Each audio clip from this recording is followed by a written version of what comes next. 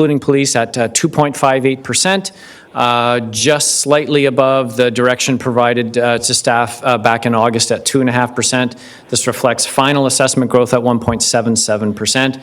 And just a reminder that a 1% tax increase equates to about $5.5 million. And on a typical household, a 1% increase is about $20 a year. Assessment growth, as I said, 177, just a little bit above the average we've seen over the last 10 years. I want to just do a quick reminder on non-tax revenues. We showed this slide, I think, a couple of meetings ago, but I thought it was just worthy just to put back up and just give a little bit of context. It's obviously something that we look at very carefully as we put the budget together each year. Since the last meeting, we've actually gone back and we've asked staff to take another look and do a further review of each of these areas. And at this point, we don't have any further amendments to these numbers. We think we've been about as aggressive as we think we can be without introducing, too much risk into the overall regional budget. We've looked at the trends from 2019. We've looked at them again with actual information up till the end of November. And at this point, no further changes. I thought I'd give just a little bit of context in a couple of areas. Housing rents, for example, significant revenue source.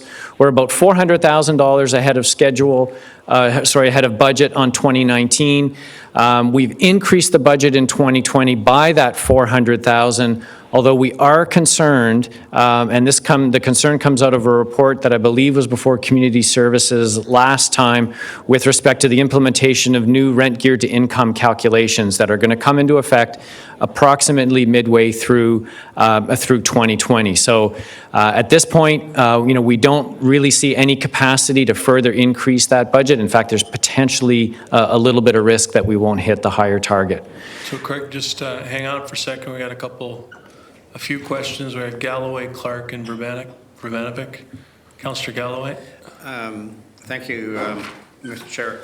So on the previous slide, the transit, it seems like a fairly substantial increase in transit revenues is being forecasted, but I'm wondering how conservative that is given increased boardings, increased ridership.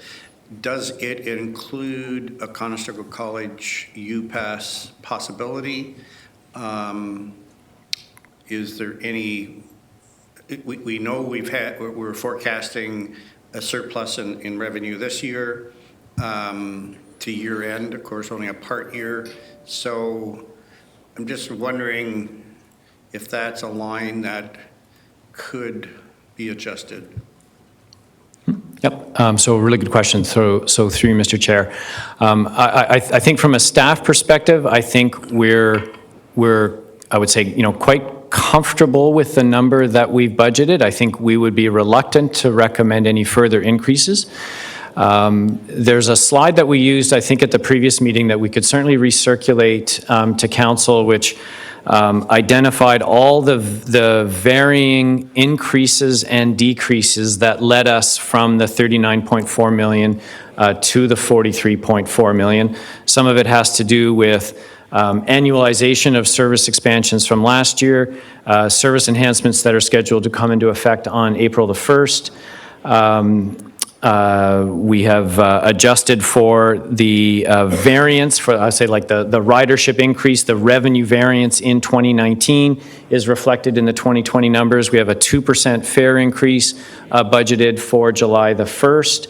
And we also have built in there the impact of the new low-income transit program recently approved by council, which will come into effect, I believe, on April 1st of next year. So there's a lot at play, I would say, in the transit fare revenue budget. And I think from a staff perspective, our recommendation would be to go with the number that's there. With respect to Conestoga College, I would say we have not incorporated any revenue adjustment in anticipation of a UPass for Conestoga College. That being said, we have adjusted the revenue to reflect our most recent experience through 2019 with respect to the term passes purchased by students at Conestoga College. So that adjustment has been made, but we have not made any further adjustment either up or down in order to reflect a potential UPass at Conestoga College. I just want to make two comments then. On the Conestoga issue, we'll see, of course, where that goes, and we probably won't know by budget day, and whether or not we take a risk on that or not is to be debated, I suppose. What we do know is that we have increased the service to correspond to what we wanted to do in terms of a UPass, but we may not be getting the revenues at this point in time. The other thing I was wondering, Mr. Dyer, is whether or not revenues from November, revenues from December could inform a decision that might be made in January, fair revenues, whether or not, you know, if we see some trend up or down, whether or not we could revisit this come budget day. Yep, so through you, Mr. Chair, I would say this answer probably applies to most items on this slide, that we'll have a short window of opportunity in the second week or so of January to review actuals through till the end of the year. And if there's anything that shows up in there that suggests we could make an adjustment to 2020, then we would bring that forward for the January 22nd meeting. Okay, thank you. Okay, thank you, Councillor Clark. Thank you, Chair. With regard to the housing unit rent, is that increase inclusive of provincial subsidies? The reason I ask is that, and maybe I'm oversimplifying things, but my understanding is that as direct tenant-paid rents may increase, the provincial subsidy may decrease. So through you, Mr. Chair, I would say, so the number that's shown on this slide is just the rent that's paid to the region through Waterloo Region Housing. So to the extent that there are associated impacts for subsidies, for example, for the nonprofits and co-ops, that would be reflected in our overall budget for nonprofits and co-ops. Thank you. That makes sense. Yes. Okay, thank you. Councillor Benovic. Thank you. So one of my questions was the same one that Councillor Galloway asked, so I'm pleased we'll get some additional information on the public transit fares portion. On the POA and red light camera fines, we're going to be seeing additional cameras going in. I mean, I know that report is yet to come forward, but we know that certainly our partner lower tier municipalities are anxious to see this on our streets where traffic enforcement is a significant concern. And I know at a regional level, staff are looking at it as well for regional roads. And so it seems that seems to be a very small amount. And I would think that we should be able to, I mean, we're doing it obviously from a safety point of view, but I would anticipate that those dollars would add up more significantly than $100,000 a year. Mr. Dyer. So through you, Mr. Chair, we do have a couple of slides later in the presentation that talks about POA red light camera revenues, and we also have an information paper that outlines the pressures on both the revenue and the cost side. I'm not sure if Ms. Fletcher would like to provide some additional insight to that particular question. I can Up to the chair. I can hold my question till later, till you have the opportunity to do your presentation. And oh, okay. Fair enough. Okay. We'll get there. We'll get there shortly. All right. Thanks, Councillor Benovic. I just have a question on the, just to tease out the fare revenue a little bit more. So that 2019 number, is that our estimated actual for this year at 39.4 million?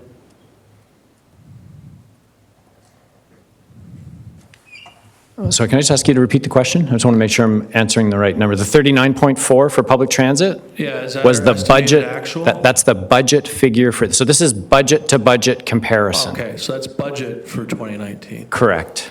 And what do we think our actual is going to be?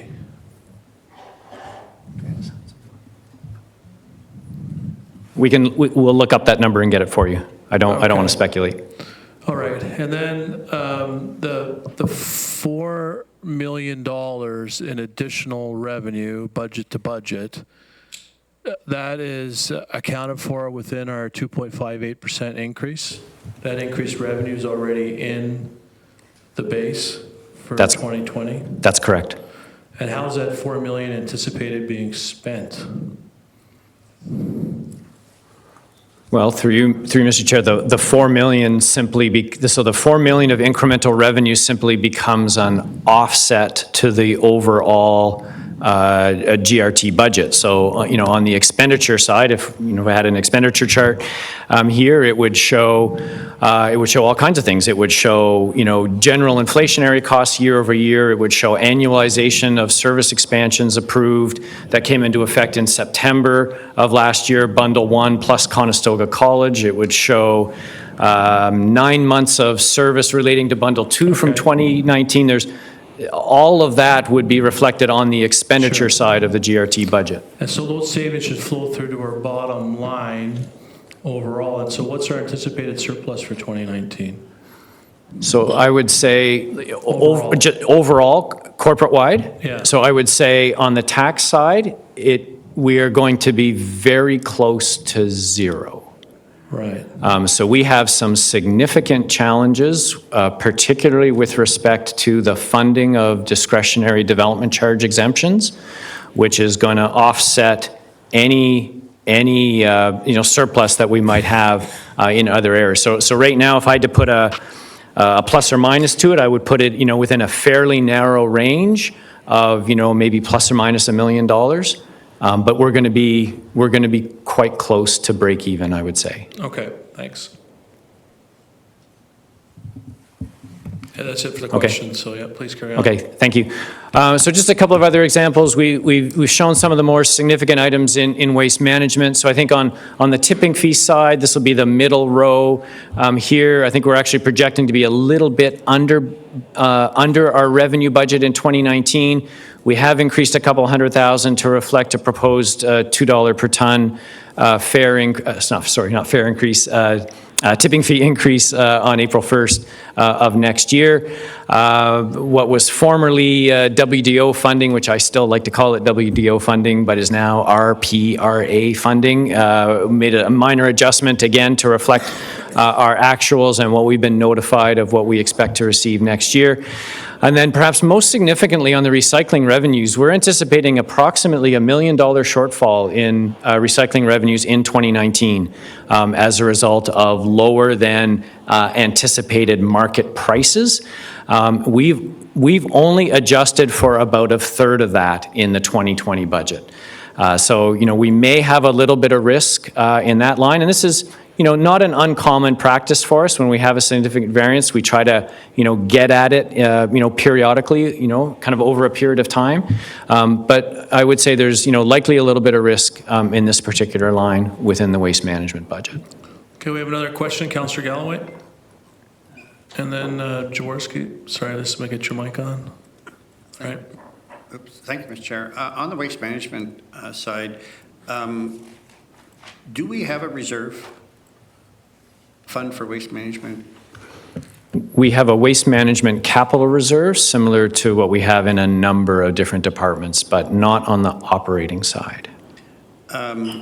So because of the variations that we see from year to year in terms of particularly the recycling recoveries, would we be prudent to either have a reserve fund that can deal with that and soften, the blows, and then contribute to it on the other years, I suppose, if revenues were better than usual? Or is this an area we should look to our tax stabilization fund to help us out with to smooth the bump in the road? Yep, through you, Mr. Chair, we would say the latter. We typically don't have department-specific operating reserves.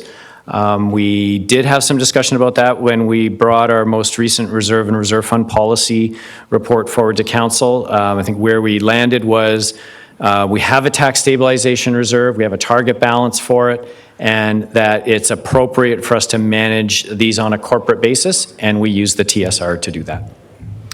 The problem with the tax stabilization fund, of course, is normally our policy in using that money is that it has to be sustainable, typically at least. I'm not sure we vary from that. It may be difficult to claim sustainability on, variable recoveries on recyclables and know that in 2 years or in whatever period of time.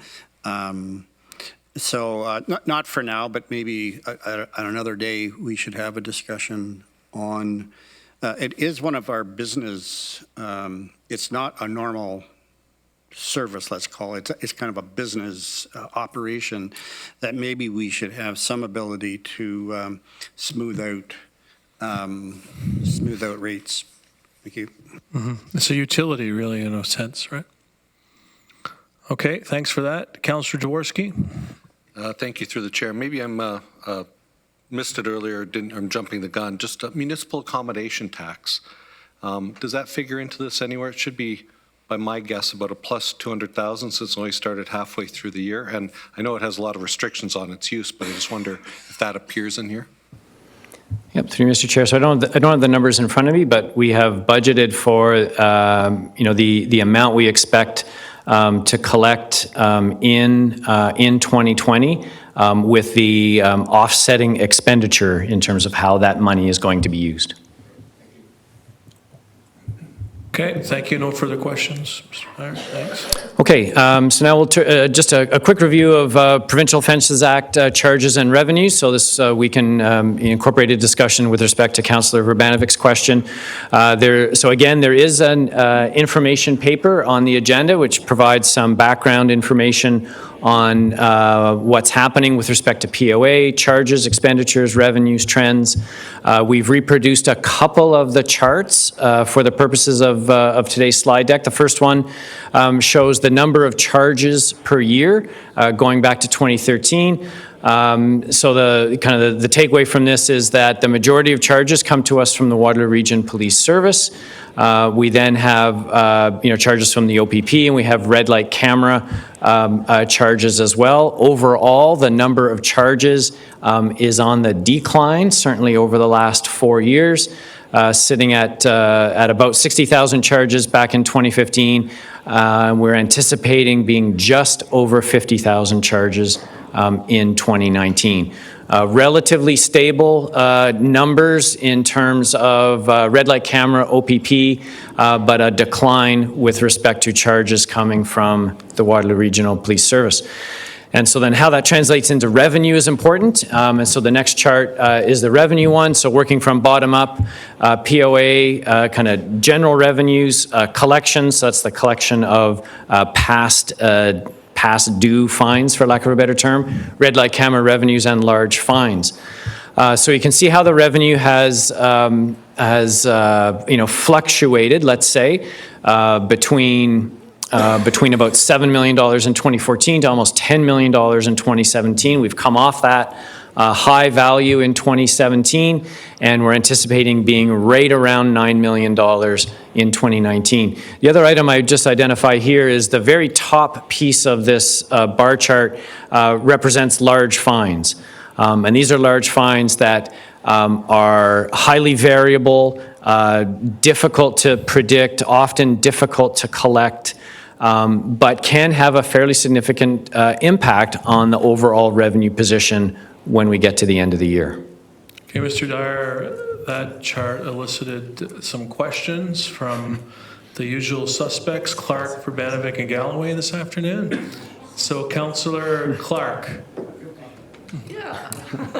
I'm not sure, actually, I'm not sure if you can answer this, but do you know what's driving the reduction in the police charges? Is that a policy matter? Is it a resource matter? Is it? I'll have to ask the chief. when he's here? So I'll let Chris Fletcher jump in here. I can't say for sure what the fluctuation is about, and perhaps that's a question for later on this afternoon. We do know that more recently there's been some concern about the voice radio system that has resulted in some doubling up of things within police vehicles. I believe there was an article in one of the local papers more recently with respect to that. But generally speaking, we do know that even across the province, the number of charges being generated out of police forces is down. Interesting. Well, I will ask a question unless somebody else would like to, since I'm getting a hard time for asking too many questions. I'm not giving anyone a hard time. I'm just calling it the way it's happening this afternoon. I think the more discussion, the better. Councillor Benovic. Thank you very much. And yeah, we can go back to that previous slide and building on the questions that Councillor Clark has asked. I mean, I suspect, as Ms. Fletcher indicated, that some of it is a result of the doubling up. Certainly that would be a significant impact on resources. And then the other part is we've had a number of serious incidents in the community over in, like the community is in the region, over the last year that no doubt have, I'm sure our police board members would tell us, have utilized extensive resources.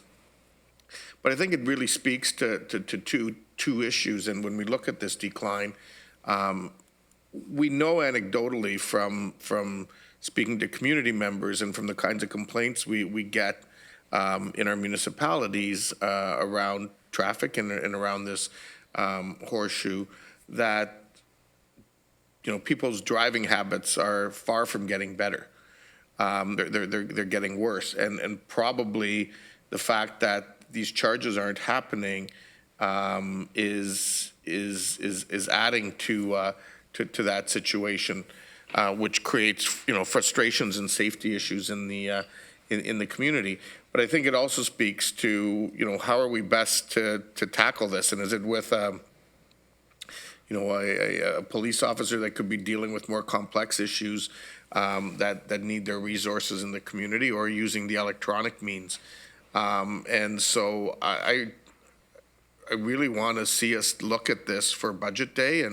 And while I recognize we don't have the full report yet, I think if we actually target some, within reason, some additional dollars in there this year, it's going to focus this as a priority for staff in terms of getting the cameras implemented in schools zones, in community safety zones, and so on, so that we start tackling this from a safety point of view, and ultimately getting some revenues up as well.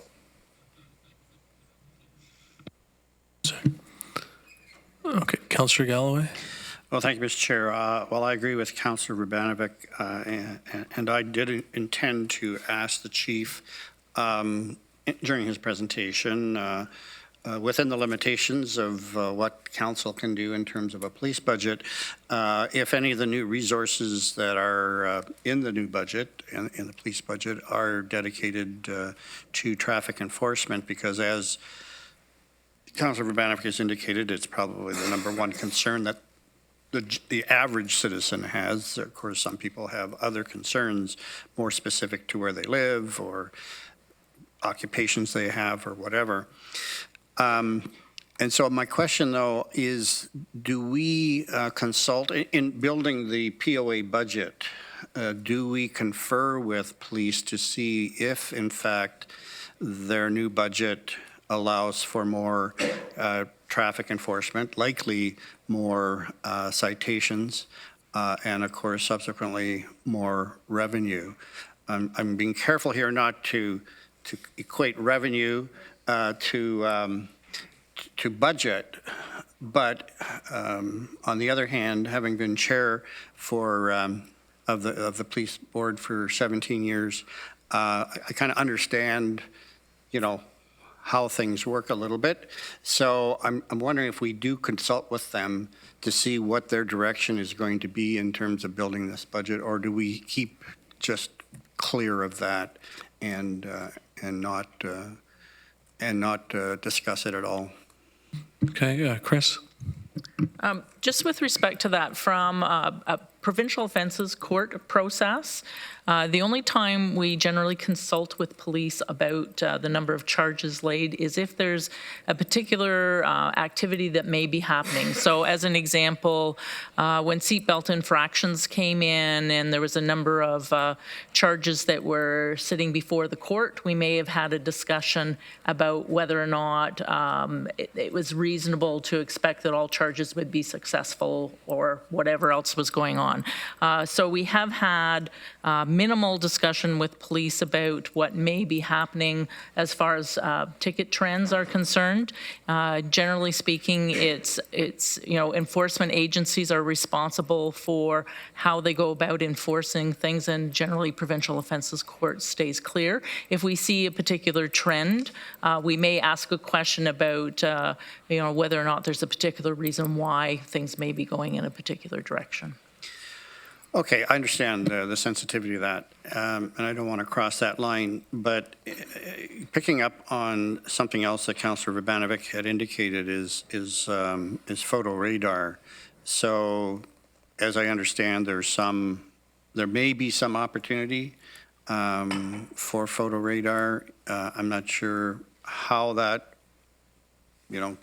happens, who does it, et cetera, et cetera. But are we anticipating any additional revenue in this budget due to photo reader?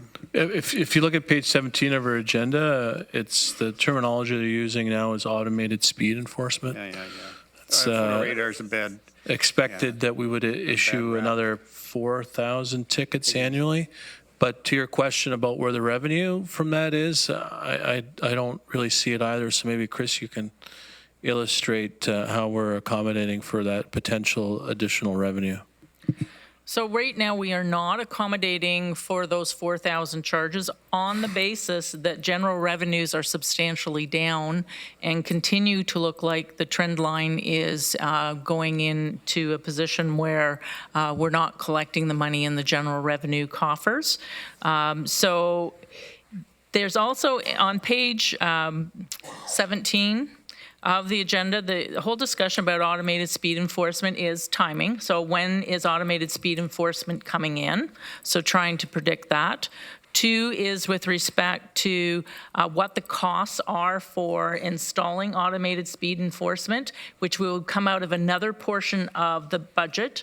I'm not clear at this point in time, and I haven't had an opportunity to ask Thomas or anyone who's involved in transportation about whether they've included costs within the budget associated with automated speed enforcement. Those costs are substantial.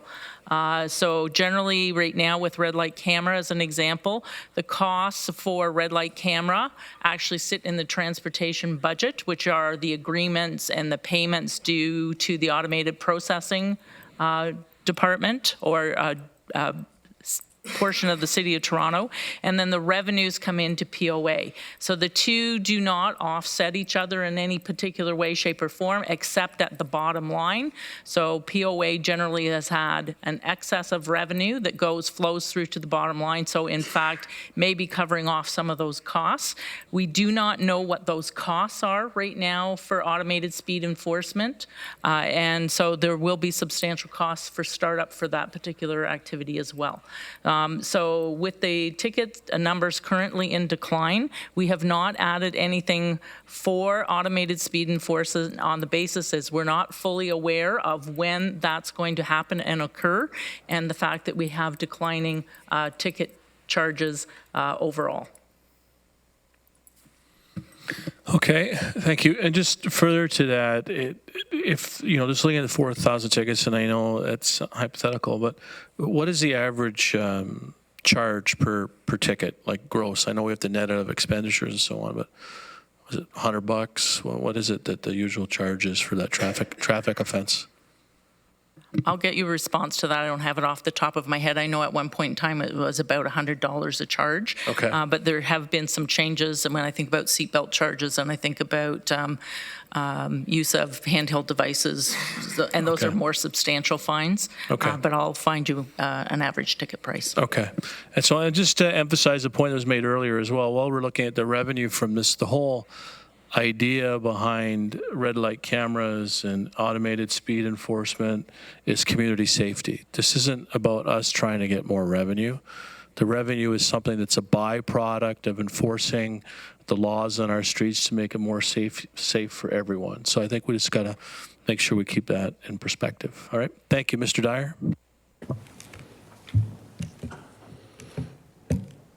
So I think we've been through most of this on the POA side. So I'm going to move on. Just a quick reminder with respect to the Tax Stabilization Reserve. This is a repeat of a chart we showed, I believe, at the last meeting.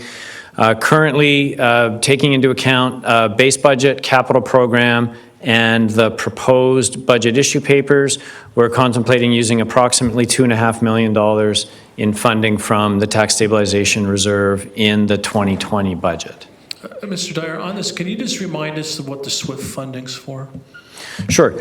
So a couple of years ago, Council passed a resolution to participate in the SWIFT program. This is the Southwest Integrated Fiber Technology Program, which was initiated by the Western Ontario Wardens Caucus, and now that a number of other municipalities have participated in.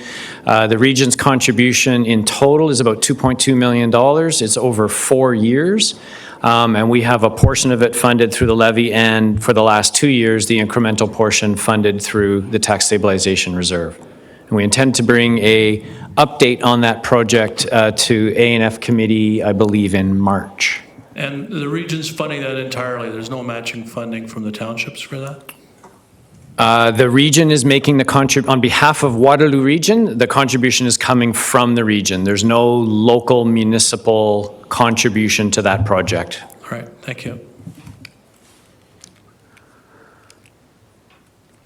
So turning to budget issue papers, so this table, which I think we've shown a couple of times now, shows the proposed budget issue papers, relatively short list, generally focused on master and business plan implementation. In total would represent about $2 million in the 2020 budget. This is included in the 2.58% in the slide that we started with.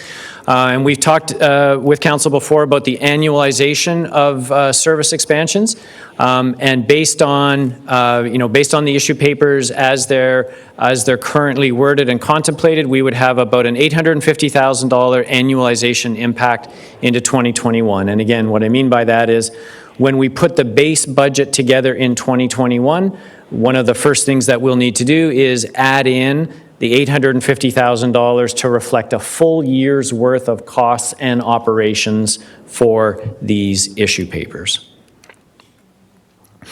We wanted to just follow up. I think at the last meeting, we went through each issue paper in a little bit of detail. There were a couple of follow-ups that we thought we should just have a quick discussion at today's meeting. So one was on the expanded service into Wilmot Township. There was some discussion about whether the increase cost was related to the increase in frequency or whether it was related to extended hours. We can confirm that it's all related to frequency, reducing that frequency from 75 minutes to 45 minutes, which basically doubles the number of vehicles allocated to this route. We understand that on Monday evening, Wilmot Council endorsed the service enhancement as presented in the issue paper. And overall, that's a $59,000 cost in 2020, annualized to $177,000 in 2021.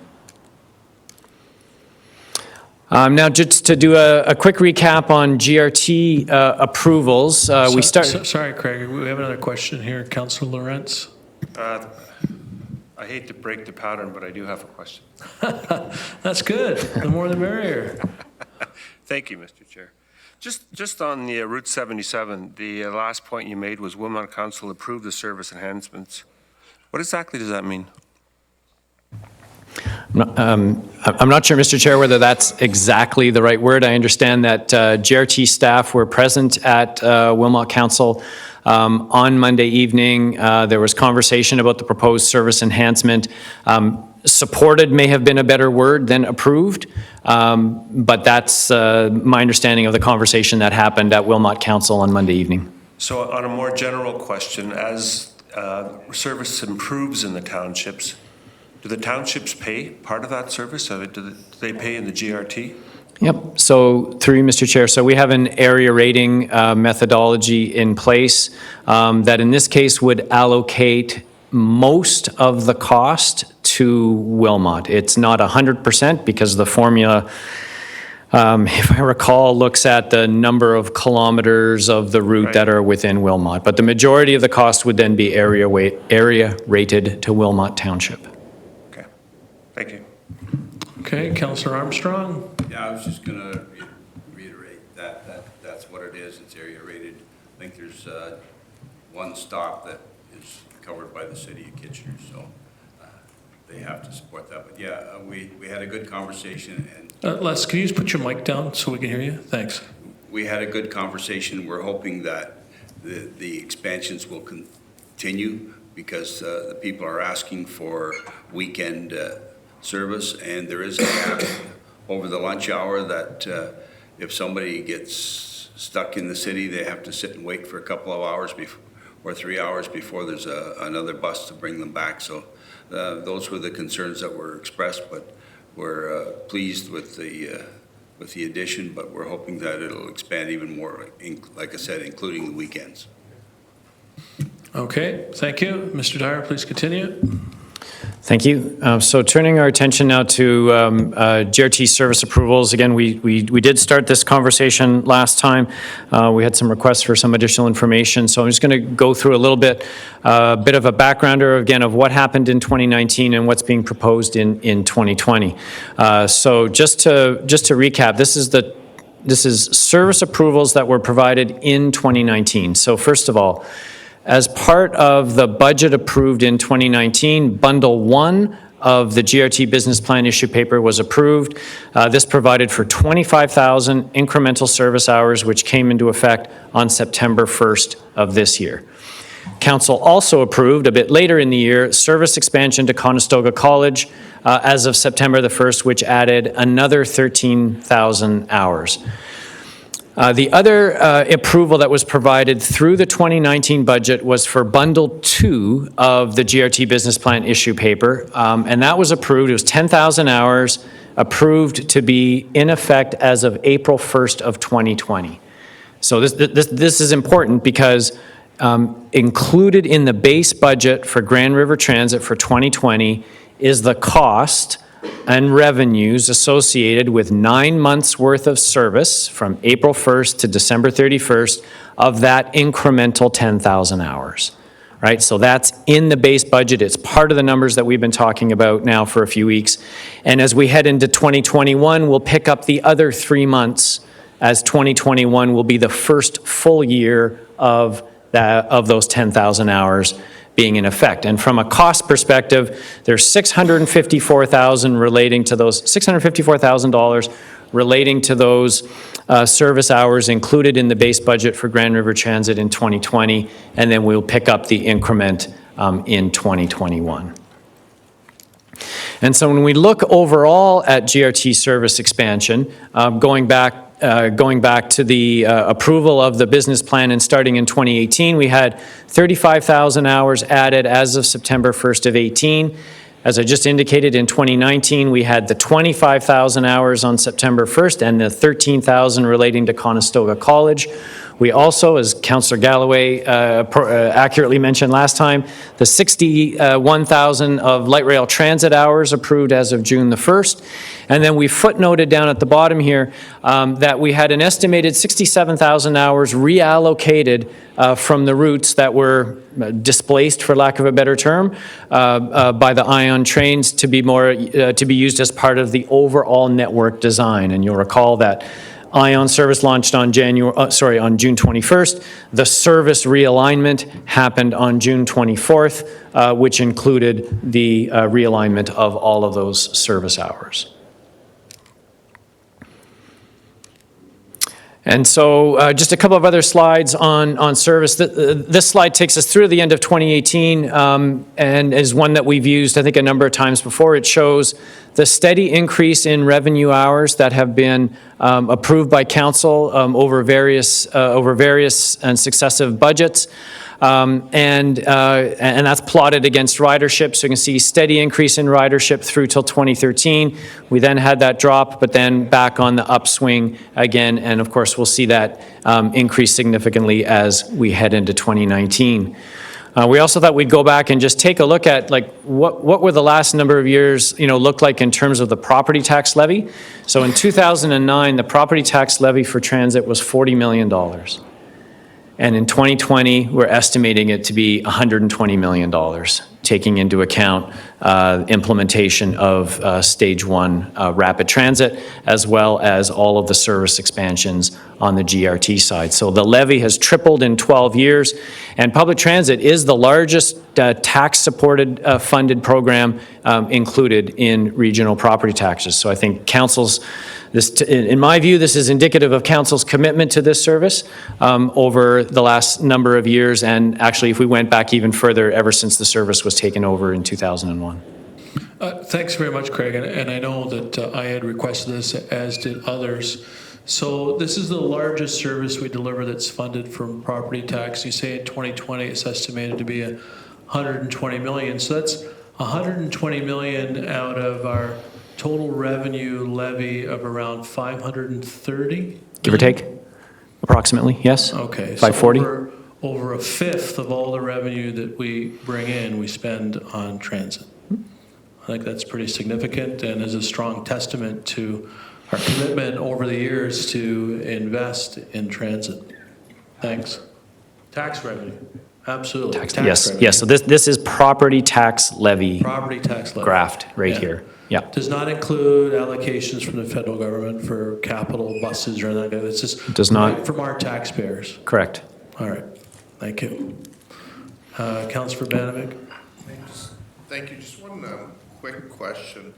As we look at this and discuss this and what option we may want to go with on budget day, can staff provide, not necessarily today,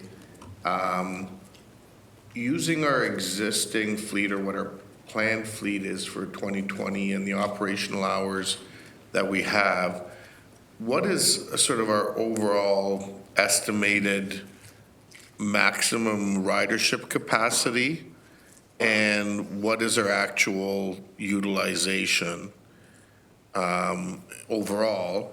And then sort of at what point in the day, I mean, in some of this, I mean, we probably notionally know, but at what point do we sort of reach a maximum of whatever it is, 85, 90% sort of overall capacity, probably during rush hours, and the least amount probably, as we approach closing time around midnight?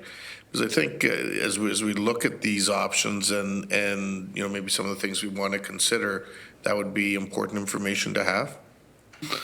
So I think if I just calculated, just try and understand what you're saying, Councillor Manovic. So, what's the total capacity of our system per hour, for example, in terms of number of passengers? right? And what is our utilization rate of that? So if it's 100 and we're using 50, then it'd be 50% basically. Right, and at which point in the day does it reach its maximum, and when is it at its lowest? Right. So the maximum is probably closer to, I would think, 70 or 80% or something during rush hour, and the lowest might be 10% or something at 12 o'clock at night. Okay. All right. Based on my experience on master plans for transit, I'm not sure if that's how we track it, but is Peter or Thomas? Maybe Thomas, you can help Councillor Banovic and the rest of committee understand how we could get at those numbers. It is not how we track it, and it does vary because we don't put out the same number of buses. So essentially, in the morning and afternoon peak, there are more buses in service to handle the extra load. That actually decreases then during the middle of the day, and then decreases again at the end of the day. So I can get the information on the number of buses that we put out. I mean, basically, full capacity is that number of buses times them being completely loaded, so we can get that type of number. I have to see if we have specific data on ridership per hour. I know we can get it, but I don't know how easily we can get it. Does that help, Councillor Ivanovic? Yeah, I mean, I think that would be helpful. I think part of it is, I mean, we must ultimately, and if we don't, maybe it's something we should start tracking, have a sense of at what point, you know, how many more people can we put on our buses before we actually need additional buses or capacity on a certain route? Yeah. As an example. And along the same lines, for example, what is the efficiency of adding one more bus when we're at like 23 million passengers or something like that? Where's the kind of breaking point? Right. Right? So like we're at a point of expansion, we're getting more revenue, and at some point do we say, you know, we can't really extract, like adding one more bus on is not really going to improve the service as much as we would have if we added that bus on 10 years ago. Right, or if we're going to add, we need to really add 3 to sort of make it effective and meaningful kind of thing. Right, okay. Thomas? So we do track the ridership. So when we add buses for increasing service during peak hours, we are able to say this route is overcrowded, we need to add extra capacity. We do have that level of information. It's just how easily I can get in the next few weeks all the information for the whole day on where do we have our peaks exactly, how many buses do we have. Many of our routes, our main routes, will during peak periods run at close to capacity or at capacity. Other routes at that same time will be lower, much significantly lower. So it really depends on where you are, time of day. Definitely from, we do track information on hours of service per customer. We are still significantly behind what other municipalities provide for bus service. So I think we can provide that type of information as well. That would be great. I think that's helpful.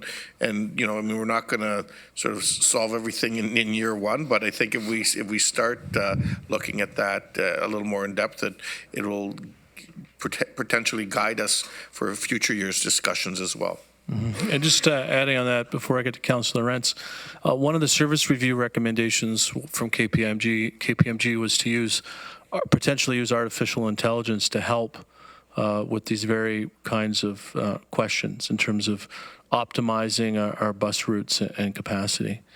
Councillor Rents? Thank you, Mr. Chair. Just building on Councillor Ivanovic's question, I'm wondering if we can get that information, if we can have a breakdown for each of the 3 urban municipalities, Kitchener, Waterloo, and Cambridge as well. Yeah. Mr. Murray? Yeah, if I could, so, you know, we'll try to get the best information we can. Recognize that a lot of the, like, you know, we try to run a regional scale transit system, and a lot of the routes span municipal boundaries. So trying to break this down by municipal boundaries, I think would be almost impossible. Well, I'm not so sure about that. I think buses that run out in urban areas of Waterloo and urban areas of Kitchener and urban areas of Cambridge probably don't do that. I think we do it the best that we can, but I'd be interested to see what the numbers are, whatever you can come up with. We'll see what we can come up with. Okay. Chair Redmond?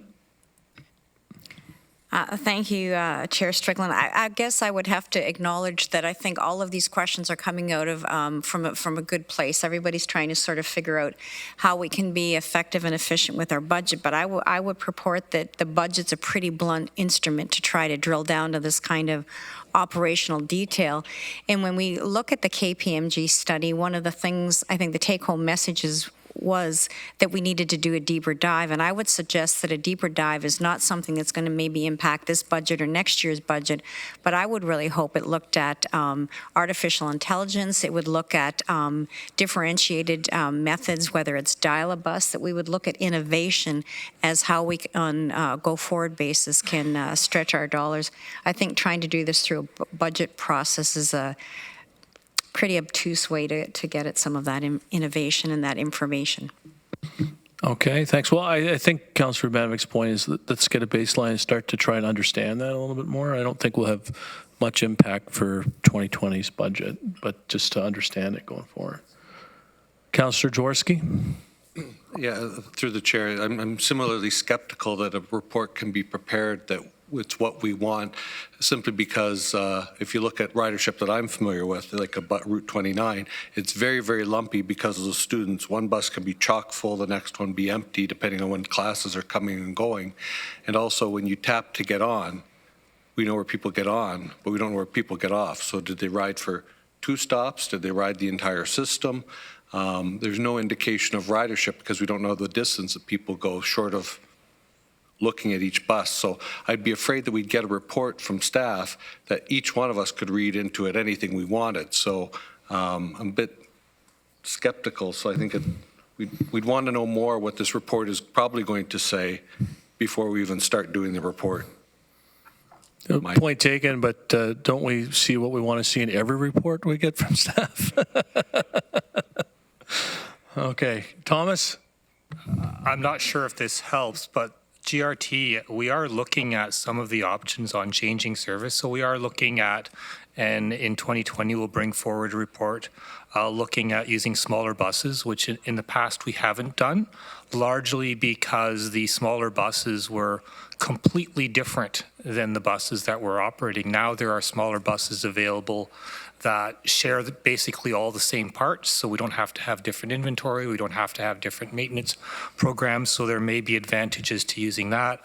We're also aware that some municipalities are using different ways to provide service in evenings when there is generally less people.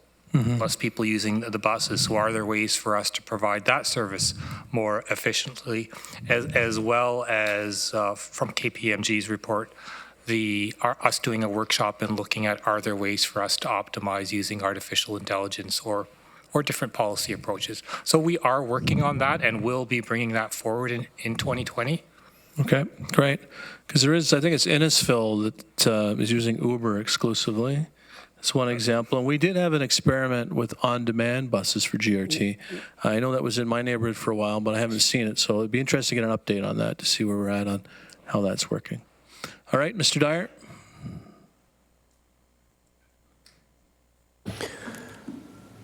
So just to recap then, with respect to the proposed service expansions for the 2020 budget, we have an issue paper for the Grand River Transit Business Plan. It has 3 separate bundles, 2 bundles of 15,000 hours each, and then a third of 5,000. The first one is recommended. This focuses on route expansion mainly in Cambridge. And when added to the 10,000 hours that would come that are coming into effect on April the 1st, that would give us a total of 25,000 additional service hours in 2020. And from a costing perspective, the 2 bundles 1 and 2 are both a little over $1 million in 2020, with a bit of annualization to 2021, and then 133,000 for bundle 3. The other item we just wanted to do a quick recap on was paramedic services. So again, implementation of the paramedic services master plan. There's a couple of options that have been included in the issue paper for paramedic services. Option 1 is a 2 12-hour shift option coming into effect on July 1st. Would require 10 paramedics, 3 vehicles, and is based on unit utilization of 37.5% and the low population growth scenario. If you think back to the discussion that took place recently at Community Services Committee around the different population and call growth scenarios. Option 2 would be to add 5 12-hour shifts, again, as of July the 20th. You can see the costing on the table. We've incorporated a similar approach that we've used in the past with respect to the use of the Tax Stabilization Reserve. So if you recall, the provincial funding is always on a one-year lag with respect to service expansion. So we use the Tax Stabilization Reserve to basically phase in that cost over a period of time. And I should say, you know, these two options, 2 and 5, don't take that to be the only options. 3 vehicles, 4 vehicles, the costing is relatively easy to do and is proportional. We've just tried to show a couple of different options for council's consideration. Okay, Councillor Lawrence. Thank you, Mr. Chair. Just to go back to the last slide on the bundles. All 3 of those bundles are paid, they're coming out of what? Where does the money come from?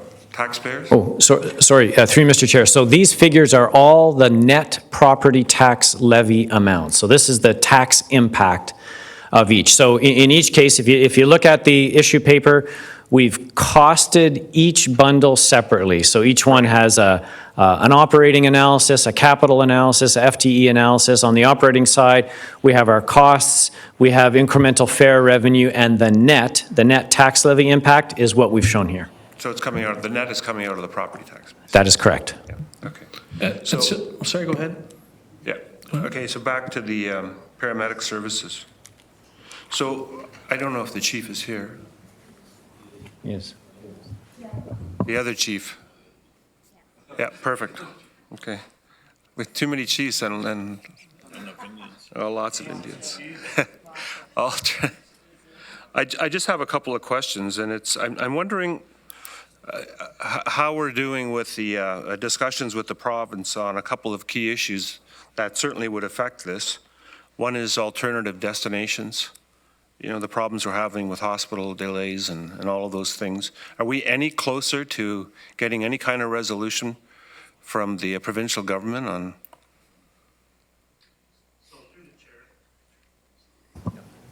Sorry, through the chair. Yeah, actually, I was meeting with the Ontario Association of Paramedic Chiefs yesterday, and Stephen Haddad from the ministry was there. So they're just putting the finishing touches on the standards relating to and the regulations pertaining to that. So we expect to see a memo within the next 2 weeks about an application process to actually do the treat and refer and alternate destination policy. So hopefully in 2020, we'll be able to move forward with that. Okay. Did you say also control of dispatch? Unfortunately, I did not. So I guess in your mind, if being able to go to certain calls, alternative destinations, how would that impact on the decisions we have to make on whether it's option 1 or option 2? Is it going to have a dramatic effect? Is it going to make a huge difference? Is it, we don't really know until we try? Right, so through the chair, so my opinion would be that it will not have a huge impact at first, for sure, with regards to the number of patients that can be transported. Because remember that most of these patients that are treat and refer or treat and release or alternate destination, they probably don't meet the requirements under the Act to go by ambulance anyway. They're not sick enough. So they really should be going to an urgent care center on their own or a doctor's office. So although that's a fair amount of our call volume, there's lots of people that are in the gray area, and we'll take them to emergency department. So the numbers won't be huge, but I won't know the full impact until we actually make the application to do these specific programs. And there'll be very tight regulations around who can and can't go to different locations. Right. Okay. All right. Thank you. I didn't mean to put you on the spot, but I think thank you for the update. I appreciate it. Welcome. Okay. Thanks, Councillor Lawrence. Mr. Dyer.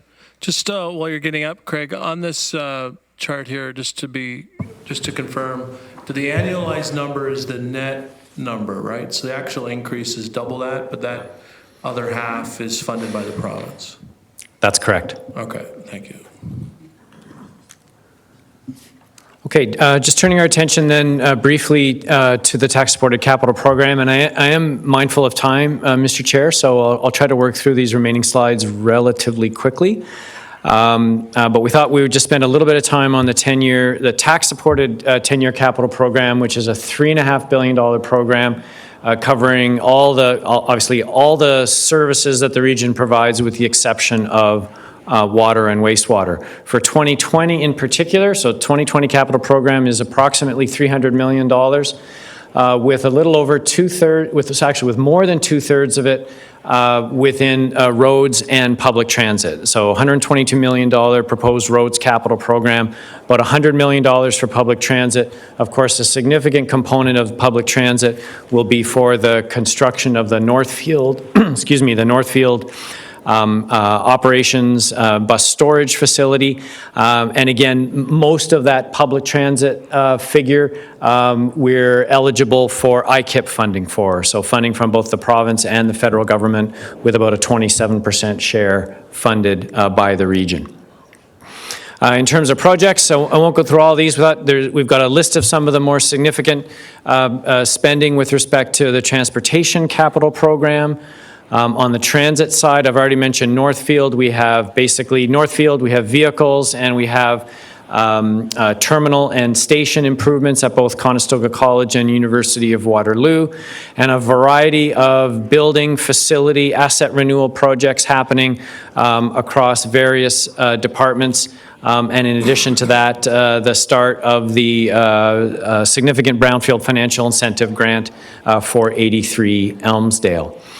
We had a fair bit of discussion last year at this time with respect to active transportation, so we thought we'd just provide an overview of what's included in the 10-year capital program, approximately $88 million of active transportation works, including cycling facilities, sidewalks, and other projects. This is consistent with what was presented in the recently approved 2018 Transportation Master Plan, which contemplates about $120 million of investments over the next 20 years. We showed this chart last time. This is becoming my favorite chart to show. Sorry, Craig, I think there's a question on the previous slide. Councillor Vanovic? Yeah, just on that very quickly, all of that money is based on us funding all of these projects, correct? Like, is any of this assuming or contemplating that we may be eligible for federal and or provincial funding? Oh, a really good question. So this is total cost regardless of the source of funding. Okay. So this is the expenditure side. Gotcha. Okay, thanks. So with respect to asset renewal, we showed this last time, still trying to work towards a more appropriate funding mix between pay-as-you-go and debt financing. Here we're showing the progress we're looking to make through the 2020 budget, focused on Waterloo Region housing renewal, waste management capital program, and facilities life cycle renewal being the three areas that are the most significantly underfunded with respect to pay-as-you-go funding. So this is a long-term initiative, speaks to our overall long-term financial sustainability, and is another step, we think, in the right direction to achieve a better mix of debt and non-debt funding. We talked on the water and wastewater side about growth-related debt. So this chart shows that we anticipate about $400 million of growth-related debt over the next 10 years. The three areas, of course, that we're watching most significantly, transportation, water, and wastewater, comprises the lion's share. Not surprising, it's the lion's share of our overall capital program. And to repeat the slide from the water and wastewater, but with the addition of roads, based on the capital program as it currently stands, we would expect to see the percentage of collections from RDCs required to fund debt servicing costs on the road side move from about 5% right now up to about 20% by the end of the capital program. So at a lower level, certainly, than water and wastewater, but combined, it's a significant amount of growth-related debt. Staying with the roads capital program, we did have some requests for additional information with respect to the River Road project. That's been provided to you in the form of an information paper on today's agenda. There are two phases to this project, which I can either read or just show you on the map. Right here, you can see the two phases, phase one and phase two. This is a $67 million capital project over the next 10 years. And the information request related to the adjusted timeline for the project. So included in the proposed 10-year transportation capital program is the line on the top. So the first line is what's in the capital program right now, and you can see it's phase one, we have funding, in the early part of the capital program, and then stage two, in the latter part. What we originally had, and if we were to reinstate this project to its original timeline, is on the second line. So you can see the overall, the $67 million doesn't change because we cost everything in 2020 dollars. But the timing the timing difference is significant. And from a financing perspective, the implication here is shown on this chart. So this is a development charge funded project, and what the proposed timeline gives us is a better distribution of costs over the 10 years, and would effectively allow us to fund a good part of that project without having to debt finance it. If we reinstate to the original timeline, then there's a shift between the reserve funds and debt. We would be in a situation where approximately $43 million of additional growth-related debt would be issued in order to fund the construction at an earlier stage. So that's why the change was made, and that's why the adjustment was made for other projects as well. Okay, so I have a couple questions on that, Mr. Dyer, Councillor Galloway, and then Urbanovic. Mr. Chair, I have a couple of questions on the various slides that Mr. Dyer has just gone through. If I could go back to the active transportation slide for a moment.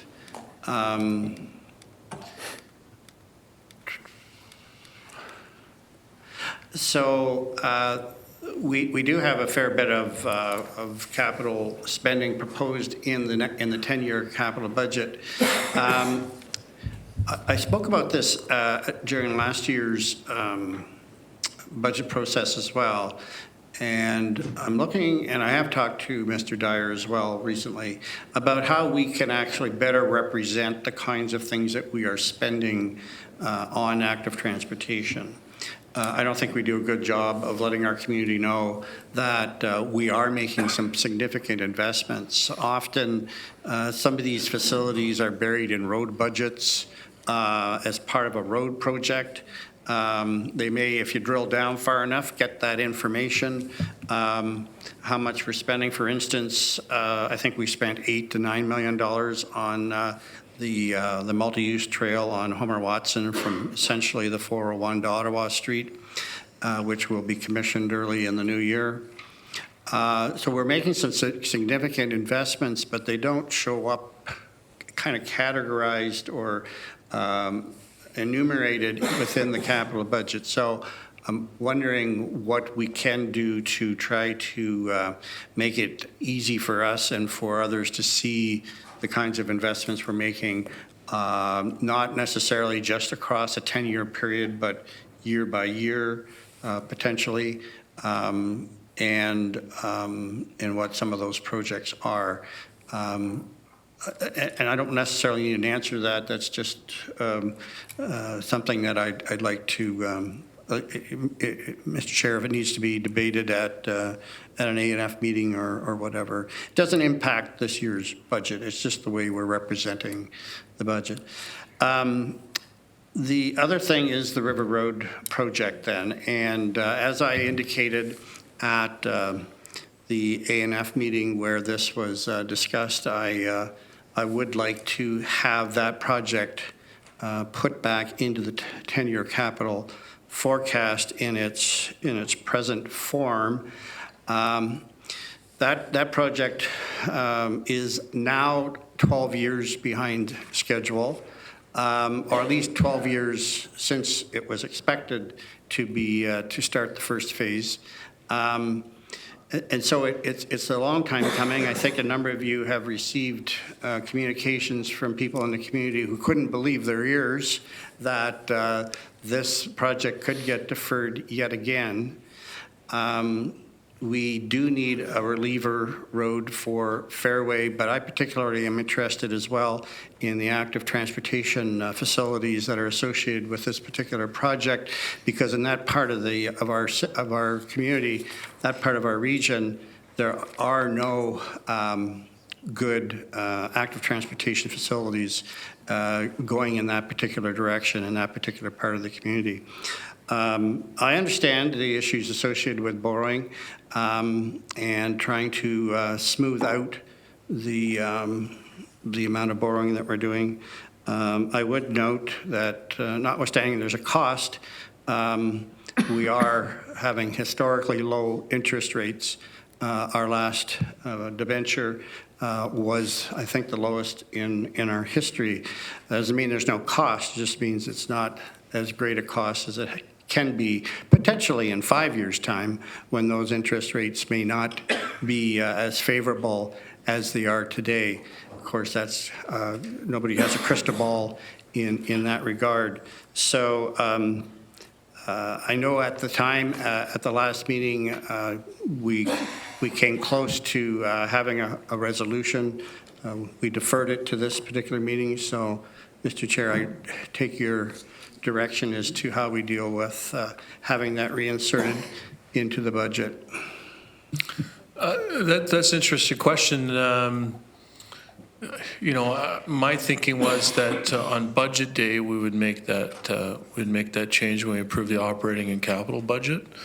But it's in our hands. If it makes more sense to deal with the resolution and give staff direction today so that they can finance it appropriately, then I would be fine with that also. So I guess if I can just look at from a matter of consensus, does committee feel that it's appropriate to deal with that resolution today, seeing as it was introduced last budget committee meeting? But I don't have a copy of the resolution in front of me, Tom. Oh, I thought you said that it did happen at the last.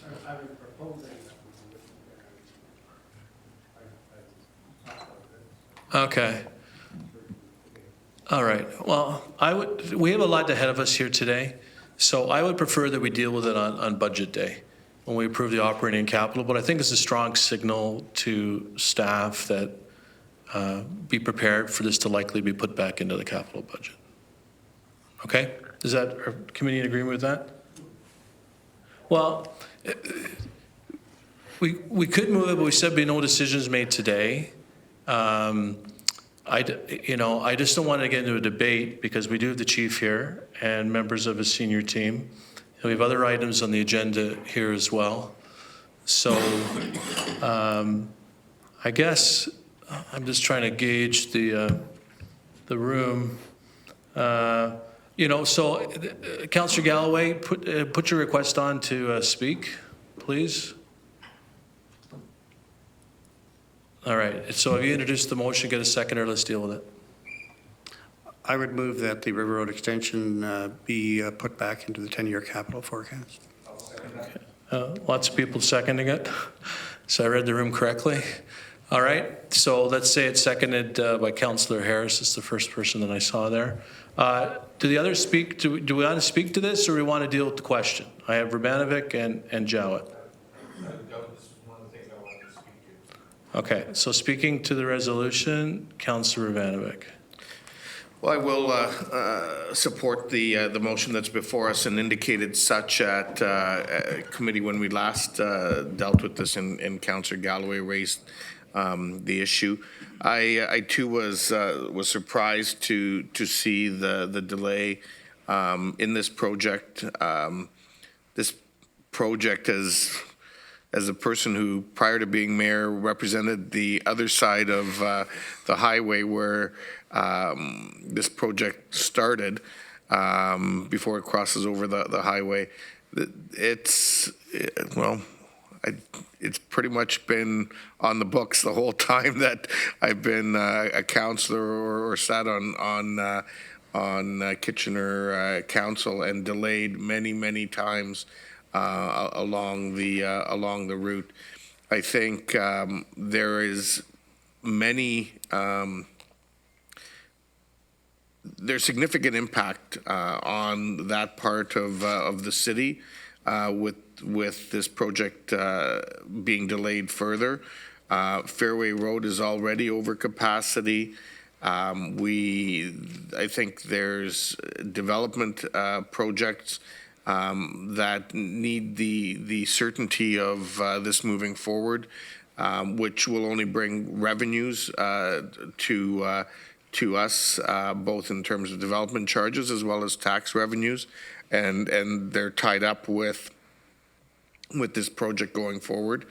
And as Councillor Galloway says, the debt on this particular issue, once you take inflation into account and what we're being able to get debt for is fairly small, and so I think it is prudent for us to get it back in there and move forward on this in a timely manner. Okay, speaking of the resolution, Councillor Jowett on the resolution. Yes. Through the chair, I have significant empathy for the delays, certainly, of this project, and just want to go on notice. I certainly don't want to deny a project of this magnitude and certainly of this importance, but I'd also like to understand from staff what kind of adverse impact it may have on some of the other substantial projects. I hope I have the same empathy for our community as we finally have political will in our municipality to see the South Boundary Road take its place in the capital projects list. So, the southern part of the municipality is congested, and I think everybody's well aware of that. So I'm just hoping that staff is going to continue to demonstrate, if we do that, what the plan is for some of those other very important projects going forward. Okay, I think we can get an update on that planning and works in terms of those major capital projects. We've had that in the past. All right, speaking to the resolution, Councillor Jaworski. Thank you, through the chair. And this, I think this is for staff, but maybe for Councillor Galloway. But are we asking staff simply to adjust the schedule, leave the rest of the capital budget as is, or are we asking staff to potentially now have a cascading effect of begin to move other capital projects around? Just for clarity. No cascade. Okay. And to staff then, the current RDC bylaw, since it goes for 10 years, would already encapsulate this project either way. So we are still capturing regional development charges for it regardless. That's correct. Mr. Dyer. Thank you. Okay, no further speakers. Let's call the question. All those in favor? Any opposed? That's carried unanimously. All right, thank you very much. Councillor Urbanovic. Thank you. My other question had to be, Mr. Dyer, the slide that you had that showed sort of revenue sources and where some things are challenged and some aren't, and one of them was in the area of facility management.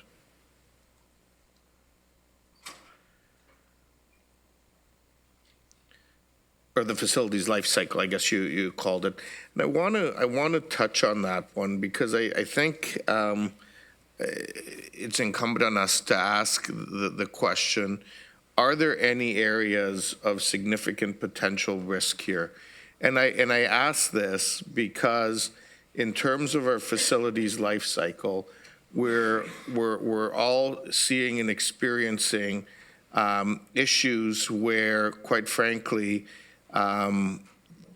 when the radio towers and systems and so on, before they were transferred over to the police department, where we weren't looking after them at a level that we should have, and as a result of that, we're having operational implications now that are costing us dollars, and service impacts in our community. And so I want to know are there other buildings or facilities in the region where we are taking a similar approach, hoping that things are going to be okay, and where we have significant risk? Because if there are, then I think they need to be identified, and I think we need to have a conversation about that around this horseshoe in terms of prioritizing those. So, excuse me, so through you, Mr. Chair, I would say there's, no specific facilities that come to mind. I think the progress we're looking to make in terms of the funding availability, not just in facilities, but in other areas as well, will be helpful to ensure that we don't get into that situation. But I can certainly connect with facility staff and bring some information back early in the new year for council. Okay, so if there are any that need to be flagged and that we need to look at as part of this budget, then I'd like to see that come back. I mean, if there's a broader issue and discussion, that's going to take more work on staff's part. But anything that is more immediate, I want to make sure that we're looking at it. Thank you. Okay, thank you. Mr. Dyer, I know we have a few slides left, so I'm just wondering if we can quickly wrap up those slides, because I know there's some comments there in the police services budget as well, which would be a good point of reference for the chief, who will get on shortly. Yep, and so I'll turn my attention just very briefly with respect to the police budget, which is the next item for us to discuss. The table that we've shown here reflects the figures most recently presented to the board back on November 20th. I understand that there have been some minor adjustments to these figures, which I'll leave to the police chief and staff to describe and explain to the committee with respect to the current position of the overall police budget. From a timing perspective, obviously, here today to present the budget is scheduled to be approved by the board a week today, December 18th. And in terms of this committee's plan, again, we have public input tonight, and then we'll reconvene back on January 22nd to approve the tax-supported budget, the police and library budgets, and user fees and charges. A brief slide on key messages, which I think we've been through at previous meetings, so I'll just I'll skip over that. And again, as a preview of January 22nd, our public engagement platform has been open since November 20th and will remain open until December the 20th. So we'll be reporting back to Budget Committee with the outcome, the results of that public engagement process, tax-supported budget approval, police and library budget approvals, and then approval of the user fees and charges bylaw. And if there's any final questions, I'd be happy to answer them. Okay, thank you very much. I see no final questions. Thank you very much, Craig, for a good overview of our operations and capital budget and our challenges therein. There are a couple, there's at least one other report we need to deal with. But before we deal with that, I think it's important for us to invite the chief. So, Chief Larkin, welcome. Provide us with an overview of the proposed 2020 police budget.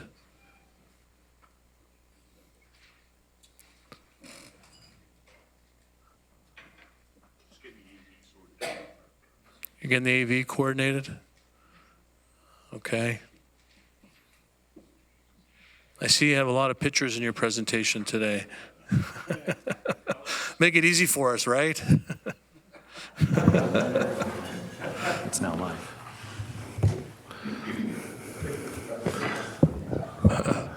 Pictures and colors. Yeah. Welcome, Chief Larkin. Thanks so much, Chair Redmond, Committee Chair Councillor Strickland, members of Regional Council.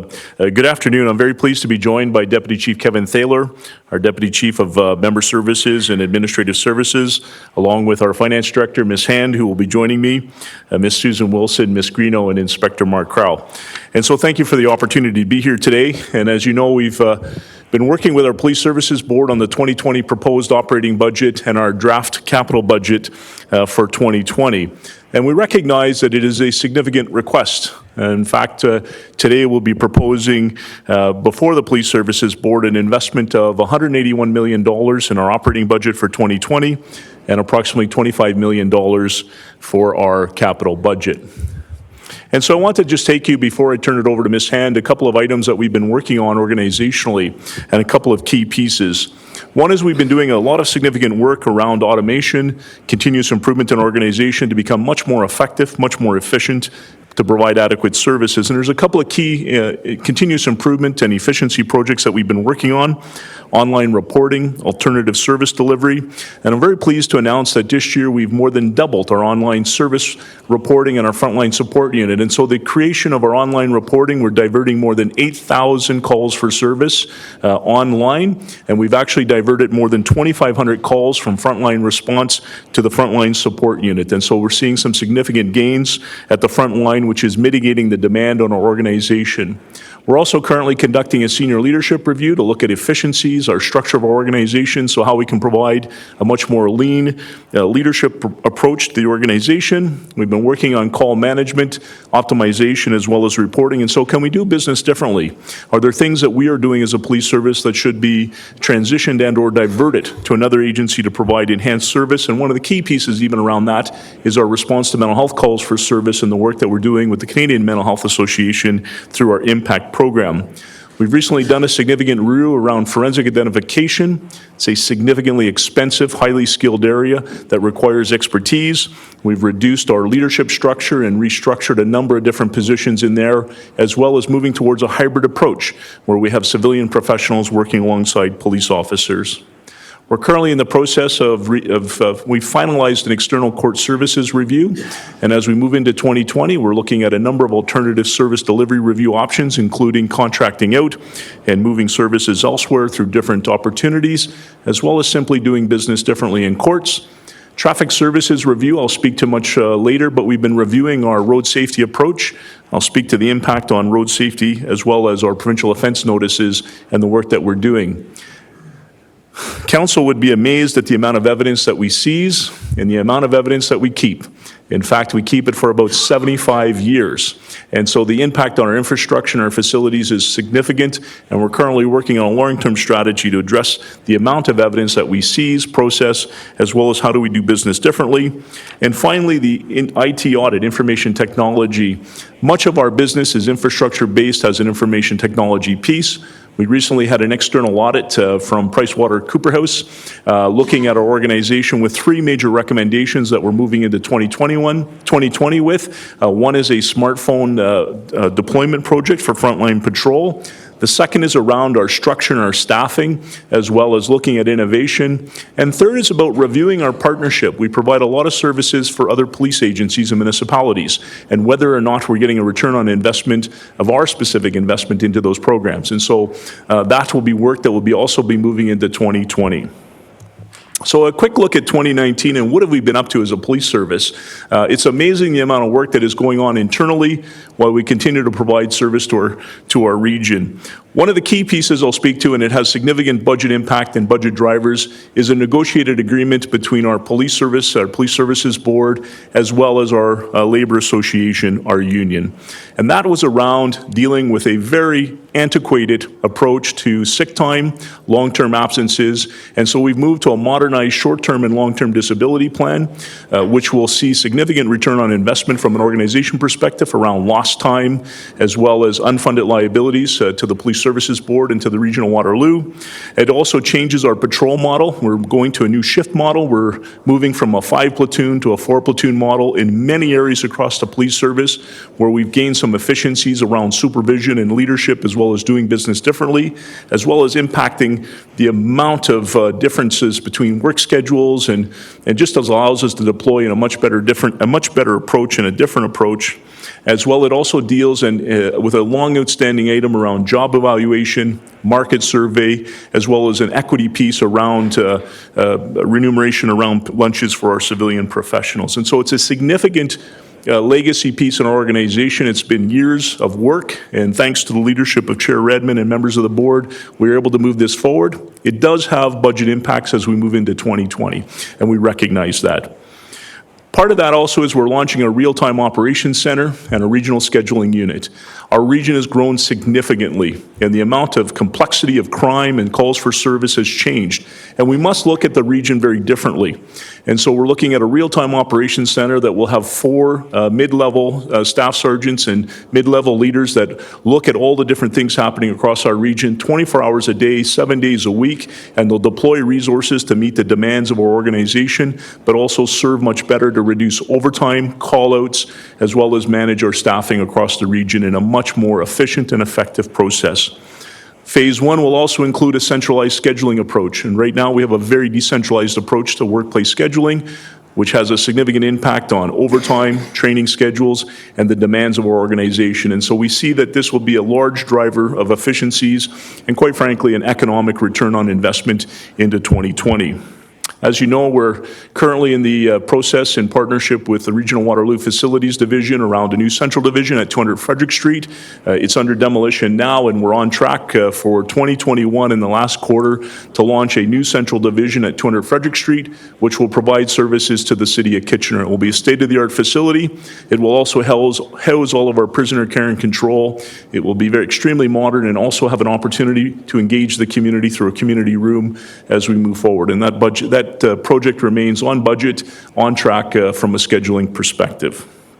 We're launching a new transfer and promotional process, which is about equality within our organization, but also brings specific timelines, significant transparency into our organization, and invest in our greatest asset, which is our members. Tied to that is the Equity and Inclusion and Diversity Plan. As we continue, one of the board's key priorities is around reflecting the community we serve. And hence, we very much have been focused with an external consultant around inclusion within our workplace, but also externally. How do we build bridges and connections to the many different and diverse communities and neighborhoods, as well as stakeholders that we serve?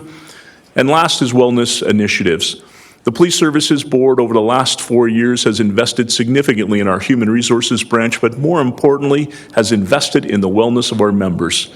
We continue to see the impact of compassion fatigue, overworked or over demands on our members. And the reality is we're seeing the stigma of mental health and mental illness within our organization, as well as our society, continue to be broken. And with that comes significant challenges. And the launch of the Wellness Unit, but as a part of our 2020 budget proposal of the Police Service Board, we'll actually be advancing not only from a wellness unit, but also having a psychologist on staff providing services to our members.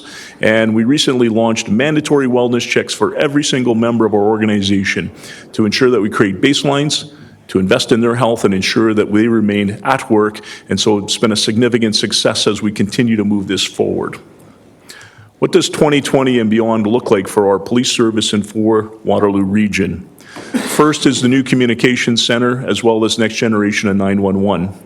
The federal government has implemented legislation that will require the police service as the PSAP, as the 911 call center, to ensure that we are able to manage 911 calls via text, via SMS.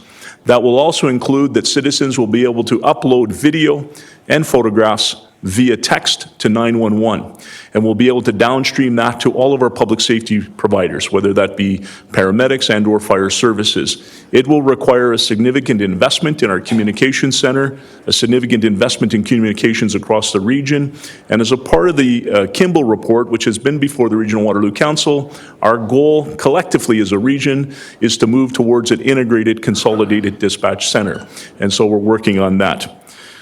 We're also legislated and mandated under the Police Services Act to work on a community safety and well-being plan, and we've been doing that in partnership with a significant community group, with the backbone being behind the Regional Waterloo. We have a seconded member to the Regional Waterloo working on that plan, and we're working towards 2021 compliance with the legislation, but it's also tied to the new Community Safety and Policing Act, which will come into force in 2021.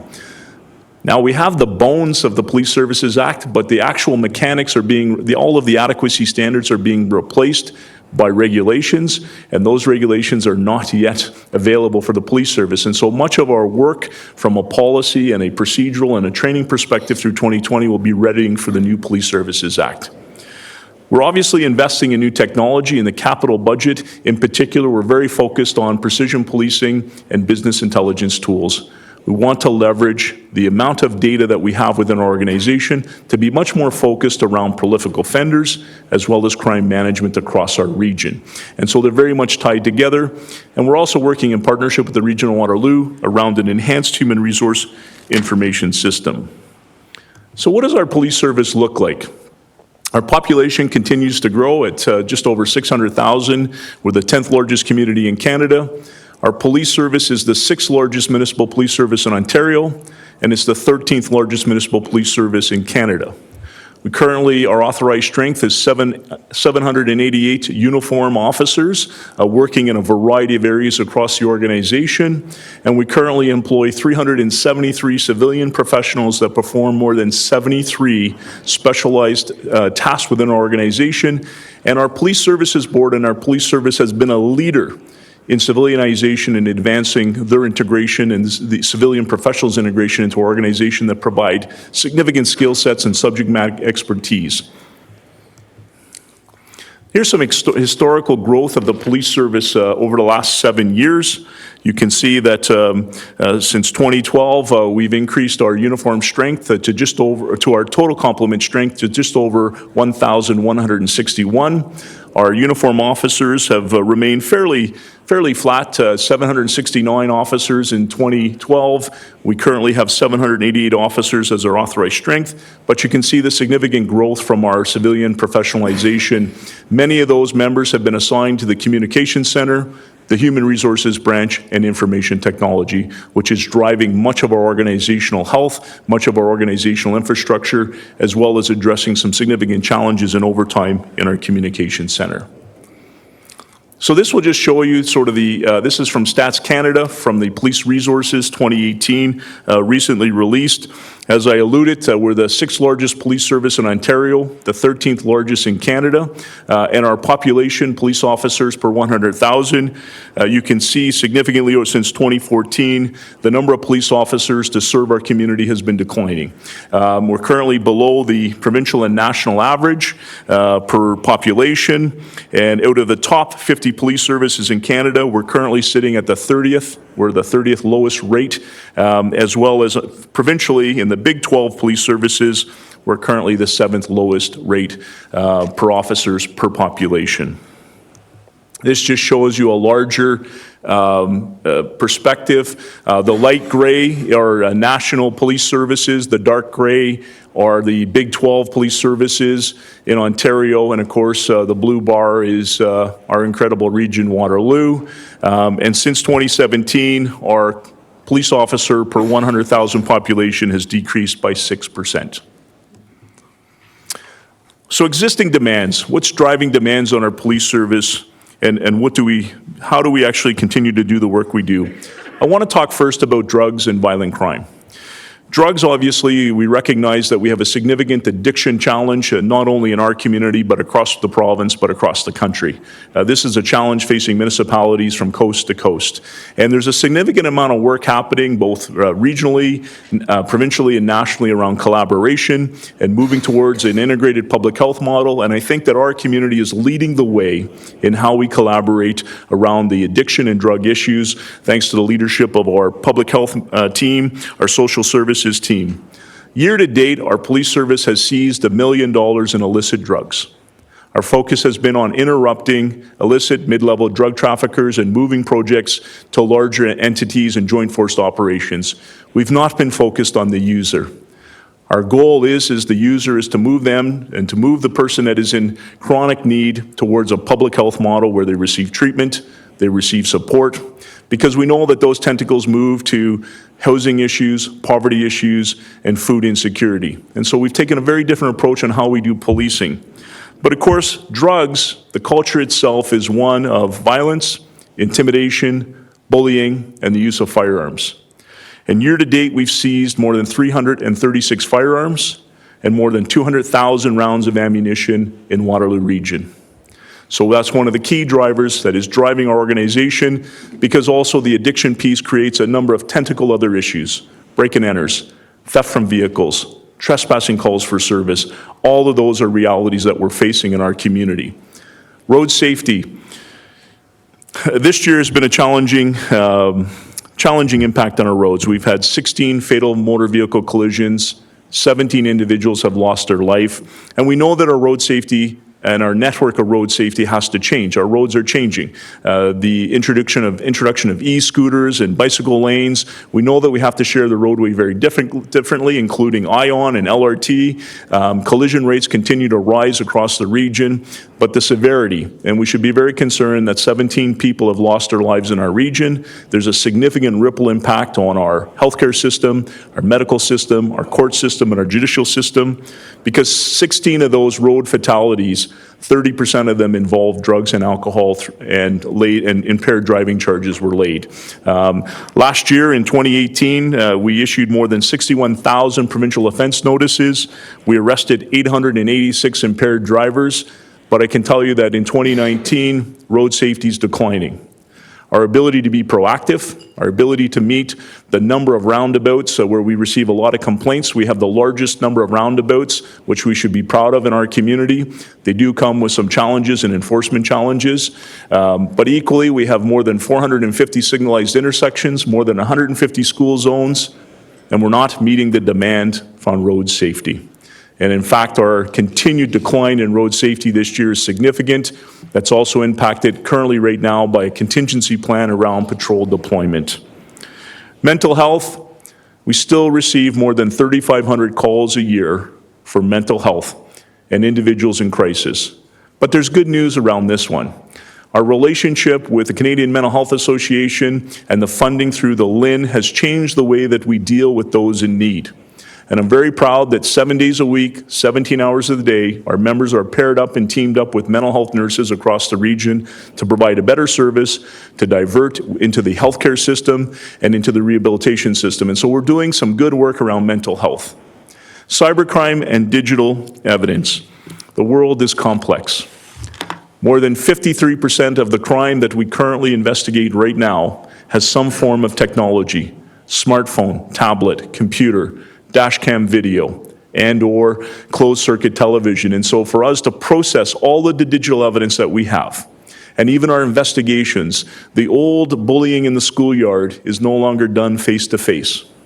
It's done through social media, through different means, and that requires a significant amount of workload. If we look at the most recent success of the robberies that were targeting food delivery services, online food delivery services, every single robbery required an execution of a warrant, a production order to get all the information, all the data from the various companies, online companies, because they contract the work out. And so a significant amount of legwork to solve those food delivery robberies, which we recently did. And so members of council, we're serving two neighborhoods. We're serving the traditional neighborhood, where members of your communities are calling you to say, we need more visibility, we want to see more cars, bicycle, foot patrol officers, and we're providing that service. But there's a whole other community we're serving, and that community goes beyond the boundaries of Waterloo region. In fact, it's global. And so the work we're doing as a police service is very much more complex than it ever has been. And the demands on our members and the complexity of investigations continue to grow. As I talk to call complexity, I want to give you just some insight. Every 15 minutes across the region, we're stopping a car. Whether it be for a criminal investigation, a traffic violation, we are stopping a vehicle every 15 minutes in our region. Every 48 minutes, we're responding to a trespasser. And when we drill those down, the trespasser is somebody in need. They're one of the 600 homeless individuals in our community. Yet our community is worried. There's a perception of fear. And we're the agency that 24/7 is responding to manage those calls for service. And of course, every 12 minutes, we're dealing with a 911 pocket dial that impacts our communication center and impacts the work of our communication folks. We have implemented some excellent software as we move forward. But what does call complexity look like across the region? 32% of all of our calls for service are in North Division, City of Waterloo. 37% of our calls for service are in the City of Kitchener, with the largest single demand on our service in 1 square kilometer, downtown Kitchener. 20% of our calls for service are in South Division, the City of Cambridge, with the largest demand in sort of a multiple block area, downtown Galt. And 5% of our demand is in beautiful rural Waterloo region, our 4Ws and North Dumfries Township. And that's where the demand for our service is heading. But I want to highlight a couple of major 2019 investigative demands. 4 homicides. And although we've had 4 homicides this year and the ripple impacts on the communities that they've occurred is significant, we're below our 25-year average, which is 5 years. But more concerning this year is every homicide has involved a firearm. Every homicide has a tentacle to outside of our region. Every homicide has a tentacle to street gangs and drug activity. That's the reality of what we're facing in our community. We've had 19 shooting incidents, and one of the major ones was 35 shots volleyed at a commercial plaza in the city of Waterloo. And of course, I know that this council has tracked the many different other shooting incidents. These are significant. This is not something that we're accustomed to in our community. The serial sexual assault predator, a significant investigation where young victims were targeted, were sexually assaulted. The impact of the investigation, this was all hands on deck across our organization, including uniform patrol, youth protection unit, investigations, a significant amount of covert operations. These are major drivers on our organization. And as I alluded to, 7 traffic deaths out of 16 road safety fatalities. And year to date, our police service, in partnership with our incredible friends at the regional paramedics, we've got a great paramedic chief, 1,000 overdose calls, and year to date, 58 deaths. Every single one of those deaths is a criminal investigation. So our detectives attend with the coroner. They look at where the drugs have come from, whether or not actually the overdose relates to whether it could be a manslaughter, criminal trial. These are not simple investigations. These are massive investigations and massive demands on our service. And again, crime trends. Our crime severity index across the region is mirroring that of the province and mirroring that of our nation. Our crime severity is increasing both in Waterloo region, in the province of Ontario, and the province of Canada, or the country of Canada. But the reality is that we're exceeding the provincial average and we're slightly below the national average. The crime impacts are significant. Now, there is some silver lining in this. One of the crimes that is driving our severity is sexual assaults. And we should be very proud as a community that enhanced reporting, thanks to the work of many different social advocates, the Sexual Assault Support Center being one of them, that is encouraging victims to come forward, but it also speaks to our model, our major case model, our special victims unit model, the work that our external review team has done, our youth protection unit and our family violence unit are unique models, not replicated elsewhere in Ontario and or Canada. The other drivers are person-on-person robberies, commercial robberies, which are often linked to addiction, linked to drug trafficking. Break-and-enters continue to push our crime severity, although we have an incredible 2 break-and-enter teams doing incredible work. Never before have we arrested more people for break-and-enters and theft from vehicles, but we continue to see the impact. And of course, family violence is also driving that significantly, and no doubt we need to do more work. This just highlights the violent crime severity, where once again you'll note that we're exceeding the provincial average and slightly below the national average. So yes, we do have staffing and budget pressures. Absences and accommodations have been a significant impact on our organization, and I have good news for you. The investment that has been happening in human resources is paying its dividends. We're seeing a significant reduction, in fact, 10% less on long-term disability and off work from a long-term perspective, and a 47% reduction in sick time being used by our members. We're currently below the public sector average, and we're actually aligned with the private sector average. And so the amount of investment and work we've been doing in our organization around workplace wellness is actually seeing a return on investment, and I'm very proud of our human resources team and our director, Molly Kimple, for leading the charge on those pieces. So some great news around that, which impacts staffing shortages and overtime and et cetera. One of the challenges we're facing is increased overtime. The reality is there's a number of different drivers there. One is the complexity of some of the major investigations that I alluded to. One was from around staffing shortages. We've hired 62 new frontline constables this year. We're seeing a large attrition rate from 1988 to 1992. Our region expanded and grew significantly. Those members are now heading into the next journey of their adventure, retirement. And so we've been working very hard to replace. We had an expansion last year of officers that were scattered and gapped throughout the year, and we're now actually filling those positions. But one of the major drivers of this is our deployment model. We've been in contingency for the last 6 months based on malfunctions and non-sustainability of our voice radio system, and so we must ensure the safety of our community, but more importantly, I have a fiduciary responsibility to ensure the safety of my members. And so we're in contingency model, and so our deployment has been cut in half because every single police car is now doubled up. And so that is having a massive pressure on overtime. It's having a massive pressure on road safety enforcement as we move forward. And as I alluded to, training. As the province continues to implement new legislation, we've seen significant challenges around training, and so our conducted energy weapon pieces, et cetera, the training is increased and enhanced. But in the new year, we're going to a block training model, which will reduce the impact on frontline training.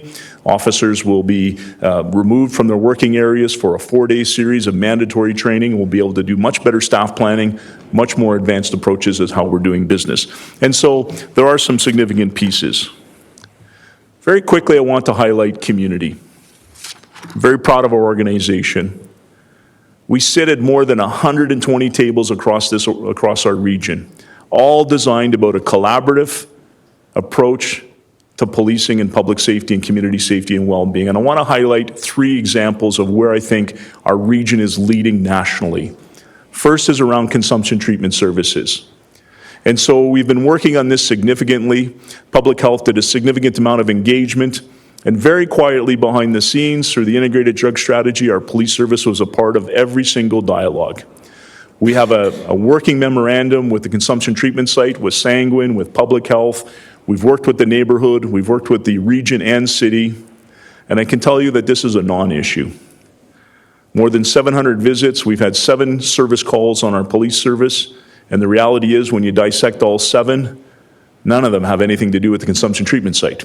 It's just a place where they figured somebody can go in and actually say, I need the police. And so we arrive. And so we're doing some really good work around this concept. And as we roll this out potentially in other areas of the region, we have a model. We have a model that other communities, both provincially and nationally, are looking to saying, how did you make this work? Like, we have all these issues here. We've done a pre-study around public order and public safety before the consumption treatment services opened, and every single month we do an evaluation of call demand, crime demand, and I can tell you that this is a non-issue. We're doing things well as an organization, but we can only do it well because we're collaborating and we're partnering. The next piece is major events and unsanctioned gatherings. And yes, there is a financial impact around major events and unsanctioned gatherings. Our police service manages more than 400 special events across the region annually. 400 special events. Now there's 2 that are probably larger than any single one. Homecoming and St. Patrick's Day. And yes, we're currently approaching about $1 million investment from a policing perspective around unsanctioned gatherings. We're doing a lot of work in partnership with the City of Waterloo, all 3 post-secondary institutions, the Town and Gown Association, and the task force is making significant recommendations. And we saw a significant disruption in the crowd for homecoming. 4,000 people, the lowest it's been in the last 5 years, and we continue to plan with that. Yes, there's an investment, and I want to be very candid with Regional Council. That investment will actually go up as we attempt to actually garner control of these events, but once again, we're leading nationally. Municipalities across Ontario are looking to the City of Waterloo, to the Regional Waterloo, and to our police service, and most recently, Superintendent Tom Bursey presented nationally at the request of the Royal Canadian Mounted Police on large-scale events. Little old Waterloo region. We're leading. And finally, I want to talk about well-being Waterloo region. We've put a significant amount of effort and work into this in partnership with the incredible work of Lori Fiozzi and her team, and we're setting the stage to move forward on a very comprehensive plan, which will move upstream. We've always believed as a police service we need to focus upstream. We need to focus on prevention. The reality is that policing in many ways will always be reactionary because we can't necessarily predict at times society and behaviors, but we're doing some great work with Wellbeing Waterloo Region. We encourage our service and our board to continue to invest in it because the three themes around housing, youth, and inclusion and poverty are massive impacts on the police service. And if we can get those right, I'm hoping that in years to come, the budget request is a little less or flat or even declining as we move forward. And so I'll turn it over to Ms. Kirsten Hand to take you through the financial mechanics of our 2020 budget process. There you are. Thank you. So I'm going to take you through a little bit about the process that we've gone through to get to today and some of the numbers. So first of all, one of our goals when we go through the budget process is to ensure that the funding that we request from the board supports their strategic business plan. That's a plan that spans 3 years, 2018 to 2020. We have to ensure that there's the funding available to meet the goals and various objectives within that. The other item is we need to ensure that we have adherence to our legislation, Police Services Act, adequacy standards, board policy, and Waterloo Regional Police Service procedures. That we align with the Region of Waterloo budget schedule, and that we include adequate funding for all contractual responsibilities from our associations in their collective agreements. And lastly, we ensure that there's adequate funding exists for effective policing in Waterloo Region. So part of this process, our process began back in April, and it's been a quite extensive process. There was a number of reviews at a number of different levels that occurred. And from the beginning to this point today, we've been successful in reducing the budget estimates by about $6.1 million from an operating perspective and $5.1 million from a 2020 capital perspective. We continue to review the reserve strategy in terms of our capital budget to reduce the reliance on debt, and we've moved the needle a bit in terms of trying to fund more and more capital projects through our reserves. And lastly, as we've noted previously, the majority of our budget relates to human resources or people. So over 91% of our budget is people. So as we go through the budget process, a lot of the impacts in terms of what we assume in terms of FTEs have a huge impact on our budget.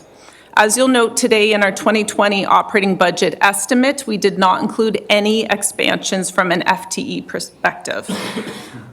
What we did is we looked at where can we reallocate positions within the budget. If there's vacant positions, can we move them to the monies to other areas that are needed across the organization? And we also looked at civilianization efforts. So in the 2020 budget estimate, we did assume further civilianization of 7 positions. Number of the reviews that the chief alluded to also assisted us from an FTE perspective. I'll just draw attention to one in terms of our alarms review and looking at how we respond to alarms. And as a result of that, we were able to reallocate 1.3 FTEs back to the front line to attend to other calls for service. So we're doing lots of things around FTEs. When I spoke earlier, I talked about how do we reallocate positions from within. So through those reviews, through those internal efficiencies, we were able to reallocate 16 members within our service. So not add 16 FTEs to the budget, but able to reallocate. Now, we do want to note that back in 2019, we did do a workload and staffing demand project. And through that project, it looked at the current demands on the police service. And at that point, it identified that we needed to add 79 FTEs in 2019 and 16 FTEs in 2020. Now, we did add some FTEs through the 2019 budget, 47 specifically. However, to date, we're behind those estimates by about 48 FTEs. So we've continued to stay flat to mitigate some of the budget pressures, which I'll take you through in a bit.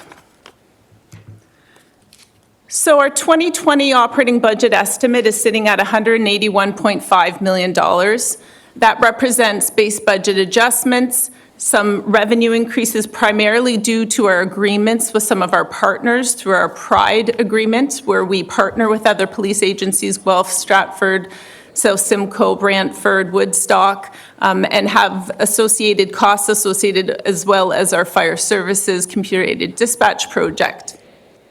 From a grant perspective, we stayed relatively flat. Now, while we did see reductions in our traditional grant funding programs, we were successful in 2019 in seeing an increase in our court security prisoner transportation grant program. So the two somewhat offset each other in the 2020, although we do want to identify that our court security and prisoner transportation grant program did expire at the end of 2019. We've assumed the levels at about $5.5 million in the 2020 budget, but that is a risk that we are assuming. So overall, we did see an increase in the 2020 budget from 2019 levels of 7.05%.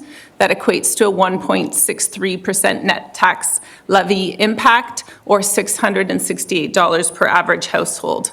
And that relates to a $32.98 increase year over year. So what are some of our budget drivers? So the number of our budget drivers relate to mostly contractual items. So the chief alluded to previously that we were successful in getting an agreement with our WRPA, our association, around an income protection plan, a sustainable income protection plan for our members. So including those LTD premiums in the 2020 budget impacted our budget in 2020 by about 1.9%. The other item is that our collective agreements expire at the end of 2019. We do not know what that salary increase could be in 2020. However, we have included an estimate into our results, and that further impacted the overall budget by about 1.7%.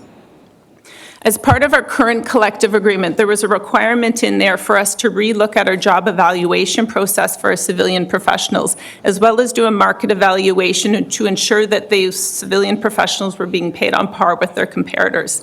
And as a result of the conclusion of that and the agreement with the WRPA, that did increase our budget by 1.5% in 2020.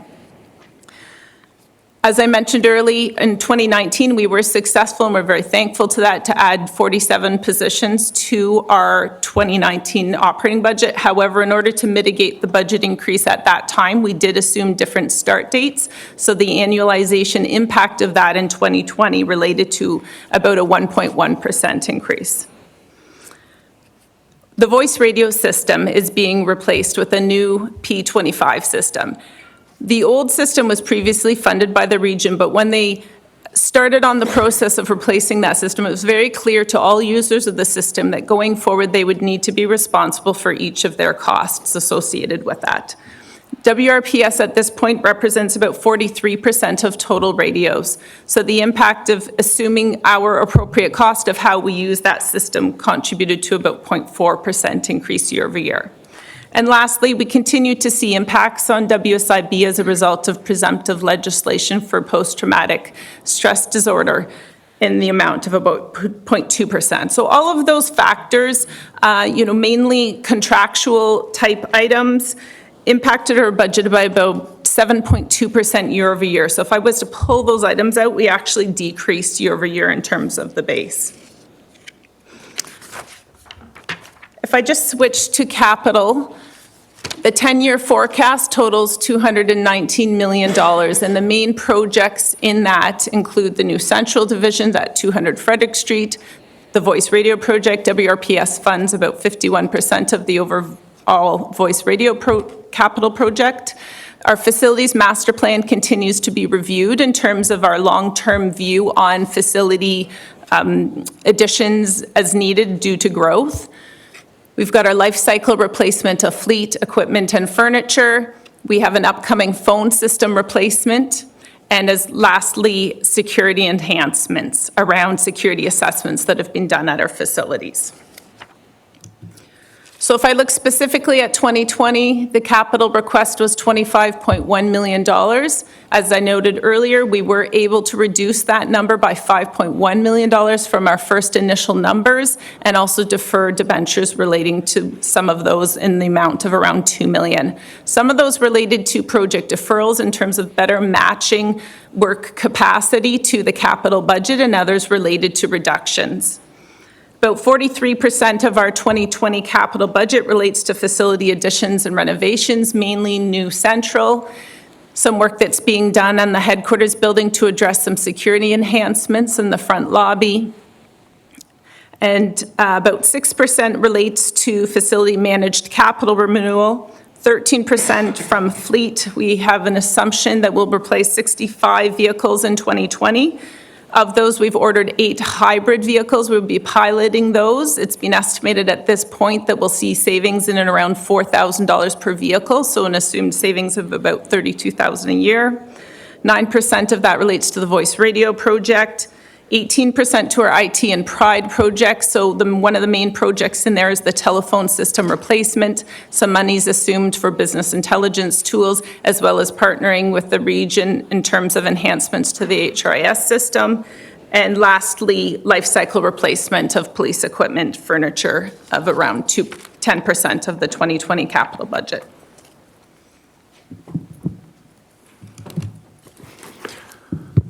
So Councillor Strickland, in closing, just a couple of pieces that we want to talk about. 24/7, 365, our police service is across our community. We're the one service that provides significant amount of region-wide service to ensure that we respond to complex social issues, solve crime. And as Kirsten alluded to, 91% of our budget is human resource based. I can't make any apologies for that, because the product that we deliver is a human. We're involved in significant challenges across our region. We're involved in solving crime, tough, complex issues, and that, as much as we find efficiencies and we promote automation and we leverage infrastructure and we leverage technology, at some point we still need a human involved. And that's the business we're in. And so my ask through the Police Services Board is that we continue to invest in a strong police service that ensures a strong regional Waterloo, a safe regional Waterloo, a vibrant regional Waterloo, and a diverse one that is economically viable. And that can be done through investing in the police service. Every single day, every single hour, we have more than 1,200 members that are doing amazing things across our community. Whether it be volunteering their time in different activities, whether it be supporting the food bank, homeless shelters, or simply making a difference in somebody's lives. I'm very proud of our membership. We're doing incredible things in this region with incredible support with all of our stakeholders and partners. As I alluded to, more than 120 community connections and tables that we sit at to attempt to solve our issues across the region very differently that long-term won't require policing or policing support. And so we continue to work with the Police Services Board. We'll be back December 18th. Providing the Police Services Board with a series of alternative financing in different scenarios. Right now, we're currently requesting $181 million for operating budget, $25 million for our capital budget, and currently sitting at a 1.63 net tax impact on the regional levy. But we continue to work with the Police Services Board, and we will communicate back with the region through the Police Services Board. So I want to thank Regional Council for their continued support of our police service. We have a strong governance mechanism through our Police Services Board, strong leadership, strong wisdom, and we're doing amazing things. And it's my privilege to serve as the Chief of Police, and I'm very proud of our membership. So we look forward to your questions. Thank you. Thank you very much, Chief, to you and Kirsten for an excellent overview of police services and the challenges you're experiencing with this year's budget. And certainly we all recognize what a great ambassador you are for our police services and also for our community, and your dedication to our community is not unnoticed and is very much appreciated. So thank you very much for that. And we'll turn it over to committee. We have several speakers, starting with Councillor Lawrence. Thank you, Mr. Chair. And Chief, thank you very much for that excellent presentation. I've listened to all of them. This is the best that you've ever done.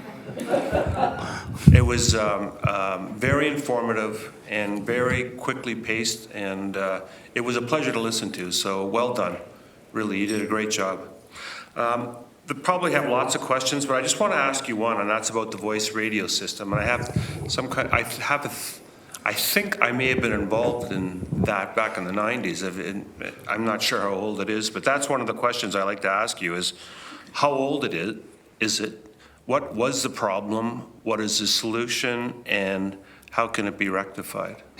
We'll give you a little bit of history. The current system that we're using is referred to as the EDAC system. It was procured in 1994 by the Region of Waterloo. It was state-of-the-art. It's had 2 significant upgrades, and it's served us extremely well. Certainly from a return on investment, the region and all more than 40 stakeholders that use the Regional Waterloo radio system has done extremely well. The reality is that in 2013, we recognized that we were at end of life, and the Regional Waterloo leads that project, began to procure a new public safety voice radio grade system. And in, I believe, 2014, we started significantly working on preparing a very complex request for proposal. This council approved a significant investment and awarded the contract to Motorola. I can tell you that the challenge with this is that we're currently working on 2 systems. The public safety and P25 radio system is advancing very, very well. And in fact, I can tell you that the new system is up and running. The core is currently located at 200 Maple Grove Road. We're partnering with facilities management, the police service, leading a working group and leading the executive oversight committee that is seeing the implementation. And so the system is live. It goes from a 7-tower to an 8-tower. All the towers are live. The equipment's installed. But right now we're doing a significant amount of testing. There's required to be a whole bunch of work on the system around coverage and penetration into the different buildings. And this is a public safety grade, and so all of the communications are encrypted. And so there's a significant amount of work to move this forward, including training, but all the civil engineering work I think is 97% complete.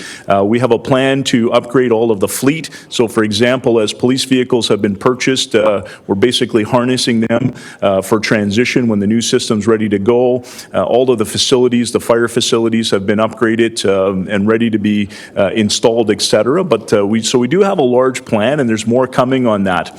The challenge is we're currently operating off the former system, the EDAC system, which was procured. It was Ericsson, now a Harris radio system. It's aging, and like myself, that is aging. Every once in a while, there's some cricks and there's some pains, and we have to attend to those cricks and pains, and we've been doing that in partnership with the Region of Waterloo. We have a significant remediation plan.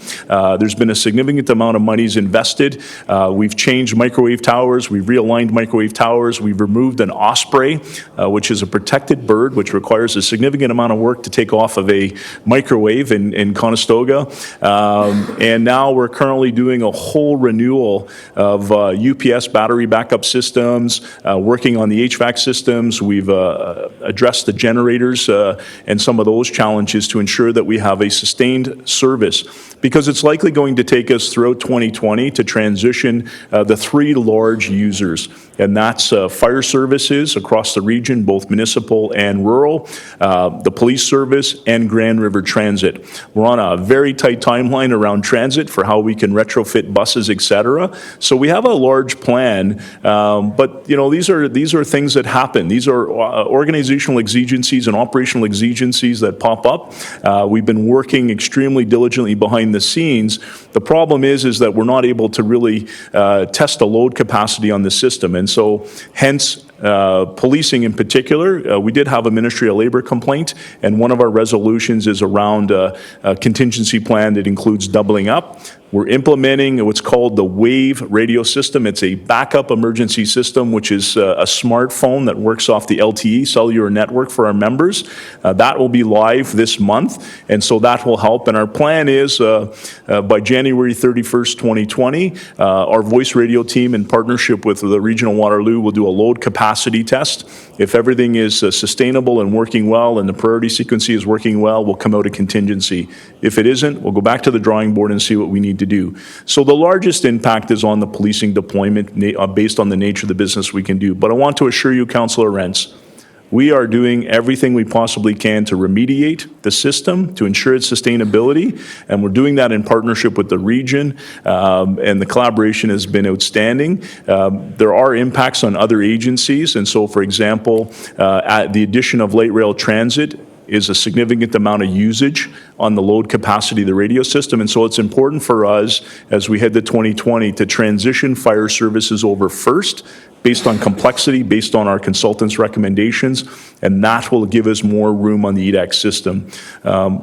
We have a plan. Mr. Murray and I meet regularly on this issue. We do have a plan around decommissioning to save monies and actually invest in the new system. So I ask for your patience, but I do want to assure you that behind the scenes, it's all hands on deck to make sure that everything's sustainable. We have a remediation plan at the same time, pushing through the P25 system and accelerating that schedule. Very good. Well, thank you very much. That's a very informative answer. Good luck. I know more about it than I ever should.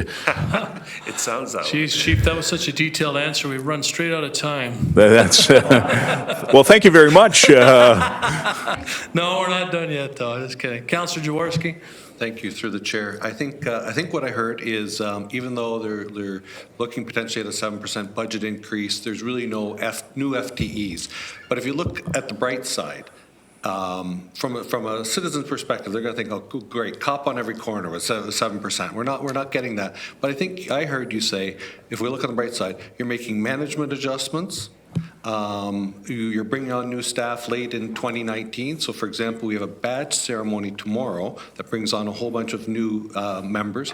Just wondering what sort of their productivity uprise, like when do they start, when do they become productive? So I think they'll become productive in 2020. And just want to confirm that with the aged voice radio system, that doubling up is temporary. Once all that problem's solved, we'll be building capacity there. And then finally, I was with the Knights of Columbus yesterday, did a special shout out to auxiliary staff. So just special shout out to them for their Suffolk Cruiser program and all the work they do there. Thank you. Thanks, Mayor Jaworski. So I'll unpack that. I think if you heard Kirsten correctly, you'll note that our base budget actually reduced. We've been working extremely hard on continuous improvements. We've been working extremely hard on efficiencies and doing business different internally. We inundate the Police Services Board consistently with different continuous improvement projects. We apply Lean Six to every process, and that's been the focus of where we're at. We have some budget drivers that, are bargaining-based, collective bargaining-based, as well as some operational pieces, the annualization of the 2019 hires. And so we just hired 21 new recruits. They're currently in training now, heading to the Police College in January. We're also graduating 21 recruits that will head out into the field for 90 days. And so it takes us about 12 months from the start of hire to get them fully operational based on all the training implications. And that's one of the challenges that we need to recognize. There was actually one time in the history of our service where we actually ran above complement by about 10. We were able to contain, and so when somebody attritioned off, we could actually just simply slide the person in. They were trained. Recruiting is fiercely competitive right now. The police market is a challenge. Every police service is going through significant recruiting and hiring, and I am absolutely amazed that we've hired 62 people. Credit to the recruiting team, but also credit to our community. We're attracting local candidates. We're attracting young people that have grown up in our region or folks that are transitioning from a second career. So you're absolutely right. I mean, out of the 16 members internally that we found through efficiencies, 12 are destined to operational positions. So it may not equate to a police officer on every corner, but we'll be able to enhance our front line by 12 individuals. And so that's almost one per patrol platoon, and it may not seem like a lot. But this morning, Chair Redmond and Councillor Kiefer and I welcome Minister Jones, which provided an investment of $2.4 million annually into core policing. And so the specialized teams that we have in each of the urban divisions, so we have one core team in Cambridge, we have 2 in Kitchener and 2 in Waterloo. We know that for the next 3 years, the funding is sustained. And so we can count on that as a part of our operational budget. And those teams are very much focused on priority policing and core policing. So Uptown Waterloo, downtown Kitchener, and the downtown sections of Cambridge, where we see significant demand from citizens on police visibility. And so as we also have a strategy, Superintendent Tom Bursey is leading a strategy of investing resources from within our service around a regional team that would provide more support to the core teams to manage all the different events and some of the high priority complexities that we deal with. And so we're looking at some different deployment models as we roll through that. And so I think, 2020 is extremely bright. Yes, we're asking for an investment, but we're trying to address other services have had long-term disability and income protection built into their budget for years. This is new for us. The voice radio is an operational piece that all agencies across the region are facing. we'll be able to theme that into our base budget as we move forward and do business differently. The labor agreement, we knew that there was a massive financial impact, but sometimes you've got to actually make tough decisions to deal with decisions that have lingered and are labor issues that are very challenging to deal with. And I'm very proud of our organization and very thankful of the support of our board that we've addressed multiple lingering issues which will make us stronger moving forward, but also much more effective. And so we should see some theming out of the budget demands as we move forward. Okay. I think I got all the questions unpacked. Chief, you mentioned the funding, the announcement today, $8.5 million over 3 years. Is that accommodated in the budget increase already? Did you anticipate that funding coming forward? Yeah, so we actually had some indications and inclinations that we would be successful. So there's two streams of funding that are included in the proposed budget. One is the $2.4 million, which is for frontline policing, which is a localized priority. We also, the minister announced $1.3 million over the next 3 years, which equates to like about $400,000 and change in different years. And that's focused on guns and gangs and joint force funding, and that is also built into our 2020 budget. So that's not going to impact the 1.63% regional? No, it's not. Okay. We have a couple of more grants going forward. Look at all kinds of revenue sources. So well, we do have two more grants going forward next week, and we did make the plug for the minister today. So we're hoping that we will see some increased support from the province. Okay, great, thanks. So we got Galloway, Verbanovic, Clark, Foxton, McGarry, Kiefer, Shantz, and Jowett. Councillor Galloway. Well, thank you. Thank you, Mr. Chair. It's this is the first time in a long time that I'm fully detached from the police budget. Last year I was 3/4 detached. It's quite liberating to be detached from the police budget. It's a real challenge, as I appreciate. The first question I have, I think it's probably for Kirsten. First of all, I want to say that after many years of work on the sick leave issue, I was really pleased with the results. And I know that there's pain, but I actually thought the pain would be more than it was. So congratulations to the board and to the service in that regard. Now, but there's a cost to pay for that. So is that cost being spread out over time? Is it coming from reserves? Is it a one-time hit on the operating budget? How is that being financed, Kirsten? Yeah, so there was a couple different components of that for us to be successful to move to a long-term disability program. One piece was an incentive pay to the sworn members, and that was fully financed from our reserves. The other piece was the conclusion of the market evaluation, which was already in the collective agreement that needed to be resolved. That's phased in over 2 years. So in the 2020 budget, half of that is factored in, and the other half would be factored into 2021. From an LTD premium perspective, that's fully included within the 2020 budget. However, we do anticipate to see savings or opportunities as a result of being on this program in terms of being able to get people back on the road. Right now, we have a number of people that we're paying based upon our current program at 100% salary, where we can't utilize them in an active capacity. So we are seeing some benefits even from the announcement of going to the LTD program on January 1st and a new short-term medical absence program, a more robust program. We are seeing some benefits already, and we anticipate seeing benefits into the future that would result in benefits from a budget perspective as well. So the reserves are covering the payouts, so to speak. Yeah, technically we're going to see if any of our operating budget surplus would fund it, and anything remaining would go for the reserve. Right. Yeah.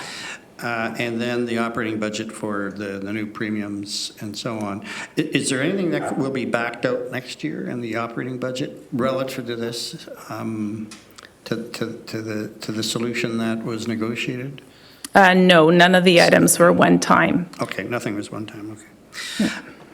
All right, thanks for that. The other thing, I guess, is really to the chief, is lots of good things happening, of course, and I appreciate all the demands. Of course, the calls for service keep rising.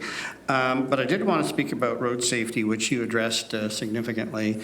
It's probably, well, everybody can speak for themselves, but I suspect most people here hear about that one more than anything else. It's on the totem pole. I know sometimes it doesn't get ratcheted up real high because certainly major crime and sexual assaults and other such matters have to take precedence, I appreciate. But we do really have a road safety crisis. 17 fatalities in a year is pretty significant. And it's hard to say, of course, as you said, 30% of those or whatever were related to drugs or alcohol. That's truly unfortunate. But enforcement, of course, can have positive benefits in terms of reducing speeds, alcohol and drug use as well, of course. So does the new plan involve, notwithstanding the radio issue and having to double up cruisers for the time being, but are we going to see a ratcheted up road safety program through this budget, or is that not a reality? Well, so there's a couple of pieces there. Councillor Galloway, thanks for your comments. Twofold is we did carry a number of vacancies in the traffic services unit as a part of a larger staffing strategy across the organization when we're looking at staffing shortages and attempting to reduce overtime and some of the demands. I can tell you that effective January 5th, 2020, all the seats in traffic services unit will be filled. And we've asked Superintendent Tom Bursey to pull together a significant road safety plan that focuses on the fatal four. So impaired driving, distracted driving, speeding, as well as aggressive driving. So sort of a large number piece, and so less focused on some other pieces, whether it be documents or validation. We've recently added 2 vehicles that have scanning devices that actually help us pull out suspended drivers, unlicensed drivers, uninsured vehicles, which definitely helps. It's able to scan license plates, almost 10 to 13,000 license plates a day, like in a 8 to 10 hour shift. So it's pretty significant. But that will be a renewed focus. It's very clear at the direction of the Police Services Board. They want this to be a renewed focus. Every single citizen survey that we do is around road safety as being the priority. Probably I would guesstimate a large portion of the emails that I get from all of our community leaders around this table are around road safety. That's one piece. We really hope to advance aggressively in partnership with the Regional Waterloo. We do believe that automated speed instruments have a role to play. We do believe that in community safety zones and school zones, that collectively as a region, we should invest in automated speed instruments. It will allow us to target the 152 school zones that we have, as well as we believe that we should continue to advocate for the province to allow for automated detection on school buses, which are high priority pieces. We also need to continue to advocate with the government around the definition of a roundabout. Councillor Harris and I unsuccessfully tried in a previous government. We don't have a lot of actual, the roundabout's not defined in the Highway Traffic Act, and the majority of our charges that we lay in roundabouts, we actually end up not being successful. So there's work to be done around those pieces, but stay tuned. Tom is working and has been tasked with a whole road safety plan with a massive focus on enforcement, particularly in high collision areas, high priority areas as we move forward. Just a couple further supplementary on that matter, Chief. Has there been any progress with the government on allowing non-uniform officers to enforce, to put out POAs or PONs related to traffic? Are we getting to a point, is there any progress in that regard to allow others, other than a uniformed officer, to give out a PON? So in short, no, and I don't envision there will be. The government will allow a term by the sort of traffic wardens. So in large urban areas, often traffic is directed by a traffic warden, a non-police officer. And so you'll see very shortly the Toronto Police Service and the City of Toronto roll out traffic wardens. It's very common in Vancouver, Montreal, where police don't actually manage high traffic areas. Our region's not there yet where we're doing that on a regular basis, but we don't envision enforcement being an option, Councillor Galloway. So I think it's a non-starter for this government. And I'm glad to hear that Tom's putting together a comprehensive program, and traffic enforcement has a major role in that. Will we be engaging our own transportation division in that? Will be engaging the media? Is that going to be a comprehensive approach, or will it be just the WRPS? No, our preference would be a comprehensive approach. We think that the collaboration and partnership is the right approach. It's a larger strategy, has far-reaching impacts. We do believe that enforcement's one component, engineering's another component, and education is the other component. We still very much believe in the 3 E's around a strong road safety network, and that will be the focus. Okay, thank you. Okay, thanks. I just want to do a time check. It's 20 to 6, and we have a public meeting starting at 6. So what I'm proposing is that if this deliberation lasts until at least 6 p.m., then we would take a 15-minute break. But I think we need to see what we could do to wrap up in the next 20 minutes. Then we need to have a break, and then we can start the public meeting. We have approximately 10 delegations for the public meeting, and then we have delegations for council scheduled to start at 7 as well.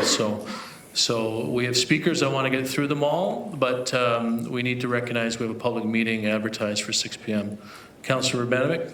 Thank you, Mr. Chair. And Chief, I'd like to begin as my colleagues did and thank you and your team at WRPS for the work that you've been doing, particularly under the challenging circumstances this year with the radio system. And when I say that, I genuinely mean it, recognizing also that while I know all of you have been challenged, so has the community to a certain degree as well, and I've been light in terms of my request because I know you're dealing with and trying to make do as best as possible with a difficult set of circumstances.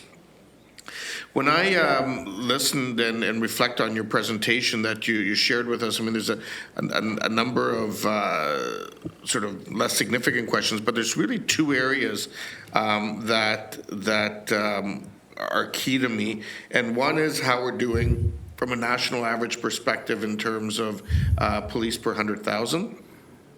And the second one is the crime trends and the severity index that you focused on.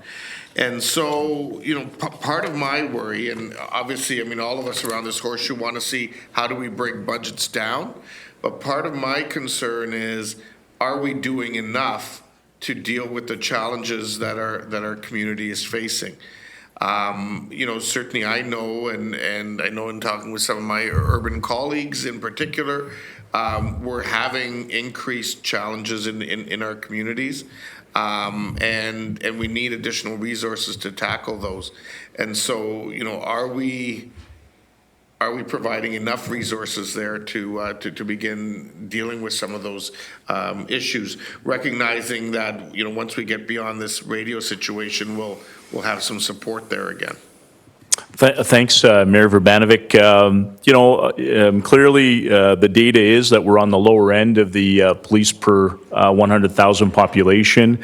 As I alluded to, that out of the Big 12, generally two-tier communities are at the lower end. We're the 7th lowest. We've done a lot of work over the last 5 years that I'm very proud of about re-engineering policing and doing business differently. That has been a theme of our board. It's been part of their governance and their leadership, and our organization has embraced that. I believe we're at a point, last year we added 48 frontline positions, well actually 39 frontline positions, 9 investigative positions. But we also, you know, very clearly this morning, even with the Solicitor General, one of the discussions was around policy. We have to look at police policy. efficiency. We can't simply always look at more money, more boots on the ground, more people. We have to look at policy, how we do business, how we divert. And so we're going to add 12 uniform positions this year through internal efficiencies. I think it's fantastic. We're not asking for more money. We've done our homework internally. We're making priorities and making change.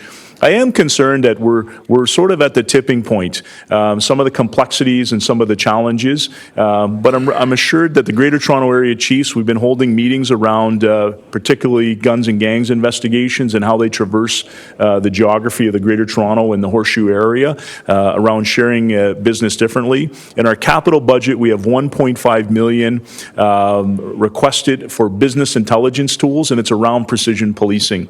So, for example, we can geofence a particular area, provide more information to our frontline officers to better crime manage, better deal with manage.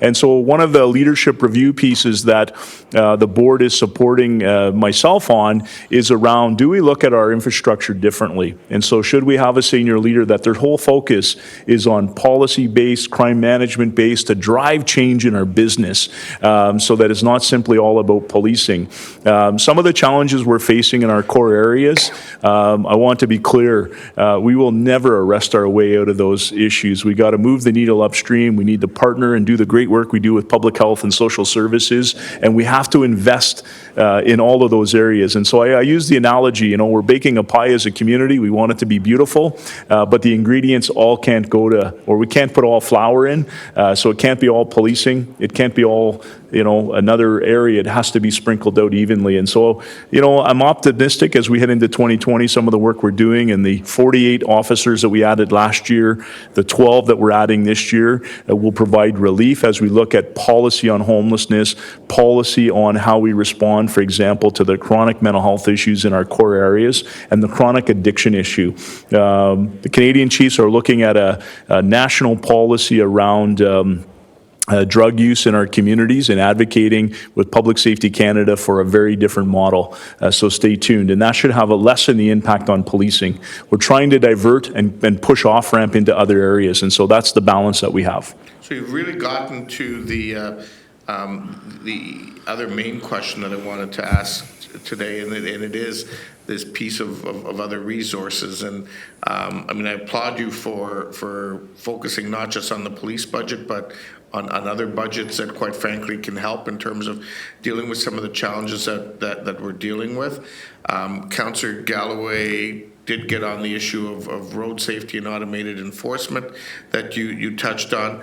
I look at sort of some of the issues that we're dealing with, mental health and the partnership you already have. If I'm hearing you correctly, part of your answer to dealing with some of those issues is you may not need to give me more money for more officers this year, but perhaps you should be looking at investing more in some of those other areas, in social services and so on, so that we can tackle some of the challenges that we had, and that might be a better spend, at least initially. Yeah, so, I always truly believe that we have to look at this from a much larger perspective. And when we pull our budget together as a senior leadership team, and particularly my philosophy is that we can't simply look at it from the silo of policing. We have to look at how we do business. And so we need to be cautious around, how we off-ramp and do we overload one area. But I think, we need to continue to advocate for a much more integrated piece. And that's what Waterloo well-being is really the foundation of, is taking all the many different pieces and moving parts that are happening across the region and pulling them together so we can look very strategically at policy issues. And so, for example, it's one area that I feel very strongly about investment in because it will allow us to do business differently. If you look at the work that we're doing with the working center, no different than the province allowing our paramedics to offload differently, the police service should be able to offload differently as well.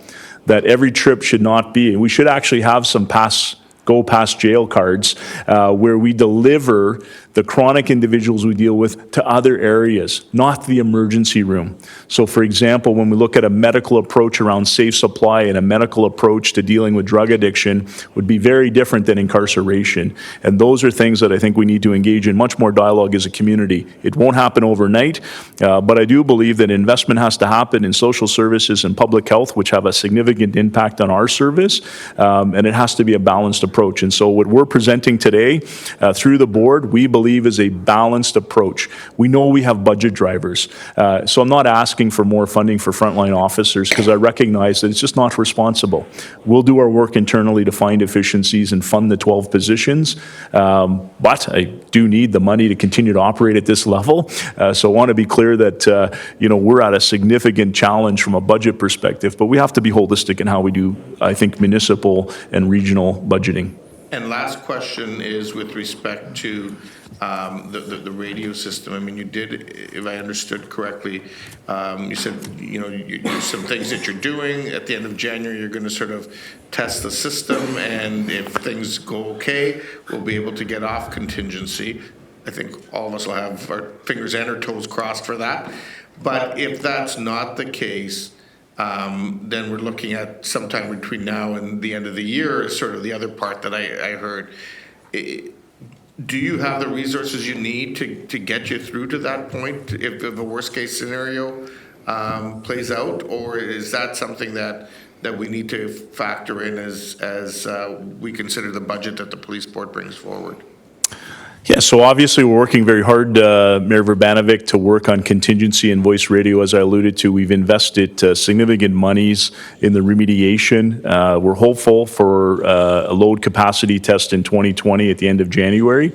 If it isn't, we'll regroup from an operational exigency perspective. We'll look at what we can and can't do. The pressures there are around overtime. In our 2020 budget, I can tell you that we've left overtime stagnant other than cost of living increase as we head into a bargaining perspective. We did not increase our overtime budget. We're, pushing 125% above our current overtime budget, and there's pressures that we've been able to manage internally. But what we're committed to doing collectively as a police service and as a region is working through that.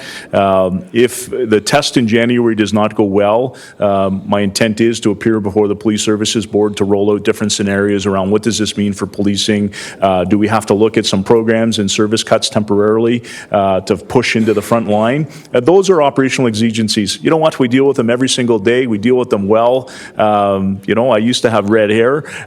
It's slightly gray now, but we'll work our way through that. I don't want to create panic. I don't want to create fear because we're doing very well. We're managing it well. We have a significant remediation plan that we should be very proud of our staff that manage those issues. But we may have to regroup. And so my mind is there. Do I have the exact plan? Not yet. I'll work with our leadership team, work with the Police Services Board to flag the issue and see where we move forward and basically put in priority. What's our priority as a police service? What do we actually absolutely need to do to be adequate and effective? And everything else will work around that. So I guess the only thing I would finish off with is, please pass on our thanks to the staff that are dealing with these frontline circumstances. But if you get to that point, obviously you need to go to the board, but I would, say to Chair Redmond and the others from here that are on the board, please don't also hesitate to come back to this group if we need to, because I want to make sure that from at least a Kitchener perspective and from an overall regional perspective, and I know you're doing everything you can and need to, that we address these issues. So it's a great budget, do what you need to do, board, but certainly I'm supportive of what I see in front of us. Okay. Thank you. Thanks, Councillor Verbanovic. Just in the interest of time, we got McGarry, Shantz, and Jowett. We have 9 minutes, so if I want everyone to get in, so if you can maybe limit your questions to one question and a response. I'm sorry it's at the end of our day, but that's the best I can do. So, Councillor McGarry. Thank you very much, and for an excellent presentation. And I know that you've shown that the Waterloo Region Police Services interconnectivity with the community social service and first responders shows incredible leadership, not only of your team, but Waterloo Region. My question about P25 has been answered. But in order to continue to support a sustainable, safer, healthier Waterloo Region, the partnerships and agencies and the municipalities really need to continue to support your services and work together with you in order to accomplish the goal of a healthier, safer Waterloo Region. I know at recent town halls, I've asked the question, how to show of hands, Cambridge residents fully support this budget and the increases that will help to provide more members on the front line and to increase the police services in order to accomplish it. So my question really is about the road safety, the crime issues that we see in our communities, two major issues in our town halls. How can we change the channels? Education from the municipality, maybe working with CAA and other road safety partners in order to launch a campaign that's really municipally driven, SEPTED designs, traffic calming measures. That's really my question. Thank you so much. Thanks, Mayor McGarry, and thanks for your tremendous support in the City of Cambridge. We'll be doing a lot of work collectively to address and I'd say change the channel or change the narrative. Never before in the City of Cambridge have we made so many significant major arrests, particularly related around drugs and stolen property, and yet sometimes not everybody understands the issues and the work that we're doing. And so I think there's a number of pieces that I'll speak to very quickly. Road safety, as I alluded to, we will have a comprehensive plan. Superintendent Bursey's been tasked with that. I do believe that should be comprehensive in partnership with the region and municipalities and really reinvigorating that piece. And secondly, on changing the channel, Ms. Sherry Greeno, our corporate communication manager, is here, along with Inspector Mark Crowell from my office. One of our plans is through the board is to roll out a strategic communication plan in 2020, which works with all of our stakeholders around actually explaining all the different things that we're doing every single day. And so stay tuned for that. It is on our work plan. We have a significant strategy that we plan to roll out, and there is some funding attached in our capital budget to those programs. So thank you. Thank you. Thank you very much. Councillor Shantz. Thank you. I'll be very quick. I had an opportunity to talk to a police officer who is on a force that's east of here and dealing with a lot of the crime that's sort of moving our way. And I just want to highlight again the importance of our frontline staff and thank Chief Larkin and his staff for the creative and innovative ways that they set up the force and change some of the positions over to civilian and look for savings that way. So just a quick note of thanks for the work you do and the way you do it. And I can't emphasize enough the importance of our frontline staff in dealing with crime and cyber crime, which is also a big thing that's coming up. And of course, the traffic piece that I always get calls on. So, all right. Thank you, Mayor Shantz. Thank you very much, Councillor Shantz. Councillor Jowett. Thank you through the chair, and I'll be quick as well. So I quickly wanted to say thank you very much. I remember when I approached you once and said, what are we going to do? And you said, well, we got to start changing the narrative. So I'm posting every time you make a bust, every chance I get. And I think people are starting to notice that, and it's getting shared a fair bit. So again, thank you for that. We got to catch people doing things right sometimes, right? And of course, the thing I wanted to ask about is, everyone's asked lots of questions that I had, but I would like to ask the guns and gangs funding. I was disappointed at how much we got, but I guess we have to be grateful for getting something. Do you have some concerns around any kind of migration from Toronto? I mean, it's already happening, but do you have some predictions or any kind of assumptions you wanted to make about the fact that they have quite a significant amount more funding coming their way? Yeah, so we should be very grateful. It was a very competitive process to receive money, and in the end, only out of 50 applications, 13 communities received funding. And so we should be very grateful that, the 1.3 million over 3 years is fantastic. Of course, I have concerns about the migration because addiction fuels drug trafficking, and it's an extremely greedy, profitable business. And so we have to look at this, though, again, from a provincial and national strategy. And so the Canadian Canadian chiefs, we're working on a ton of work around precursors and managing the importing of different products and synthetic products that continue to make, for example, opiates and meth in particular. So we're working around some of those pieces. We're advocating for enhanced border integrity, advocating for port security, because if we can fix those items nationally, quite frankly, locally, we won't have to deal with the initiatives. Toronto has had a significant infusion of money, 25 million, the City of Ottawa, 10 million. But the reality is that we've made a connection. All the Greater Toronto Area Police Services have committed to working together. In fact, the Toronto Police Service and the Ontario Provincial Police Service are co-leading a team that our service will participate. The funding allows for us to dedicate a sergeant and 3 constables and partial investigative analysis. And so I think if we do work much more collaboratively, which we do every single day, but this is very focused and targeted, I think you'll see some good positive things happen. So I do think we're heading in the right direction. The propensity of violence is likely to continue just based on demographics and culture until we get a handle on some of those processes. That's the reality in moving forward. But I'm confident that, we continue to do good work. These are generally, there's a risk to community safety, but they're generally targeted. And they're generally actually acts of violence which are planned and in many ways executed. And so we need to actually ensure that we continue to promote community safety, and we have a whole different approach now. Tragically, when a homicide occurs, our mobilization efforts are very different. It's just not a criminal investigation. It's a community safety matter. And so we're doing much enhanced work. And that really is born out of the work we've been doing in the city of Cambridge. And so, Councillor Jowett, I'm confident we have a plan heading into 2020. There will be challenges, and there will be continued challenges around violence severity because we're seeing it provincially and nationally. So we can't just look at it locally. So thank you. I appreciate it. Thanks. Okay, great. So that concludes our speakers, and just picking up on that theme of challenges, Chief.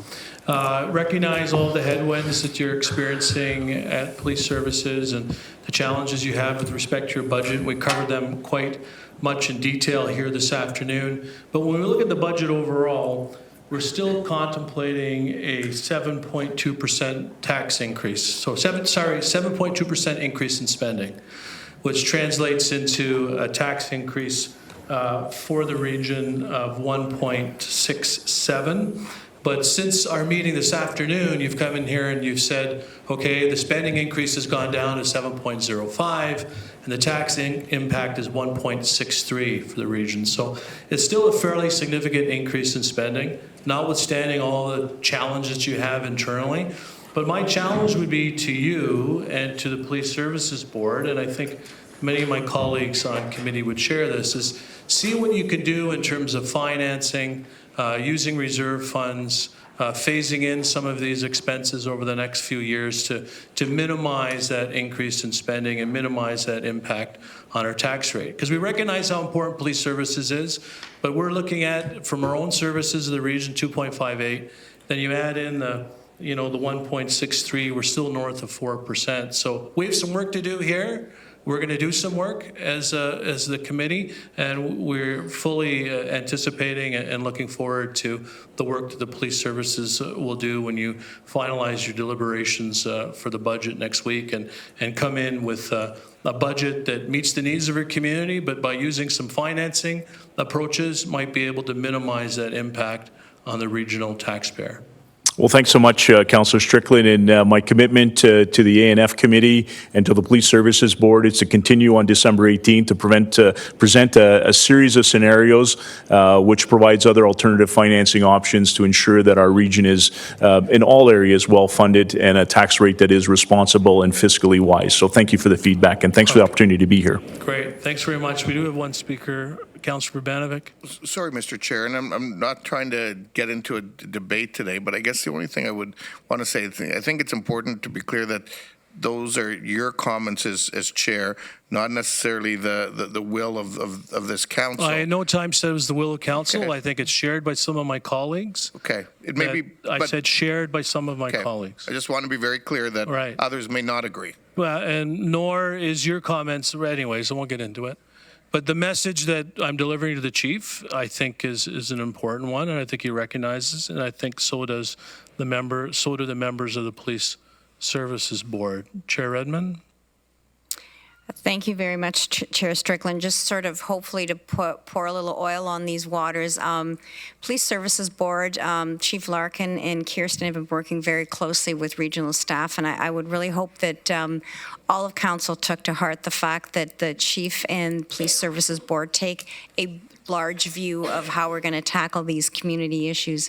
And we have directed the chief to go back, and we will continue talking. And I don't see this as an untoward challenge for us. I think we're up to meet it, and we will continue to find as many efficiencies as we can without compromising service. Oh, absolutely. We've always had a very collegial relationship with police services.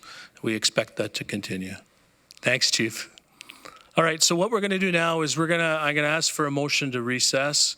Then we'll have a 15-minute break. Then we'll come back and we'll start the public meeting. Sorry to the members of the public that are here right now. We're going to start it a little bit later, and then after that we'll move into our council meeting, and then after the council meeting is completed, we'll come back and finish off the budget agenda that we haven't got to the rest of the day. Okay, so could I have a motion to recess? Councillor Foxton, Councillor Harris, all those in favor? That's carried. Thank you.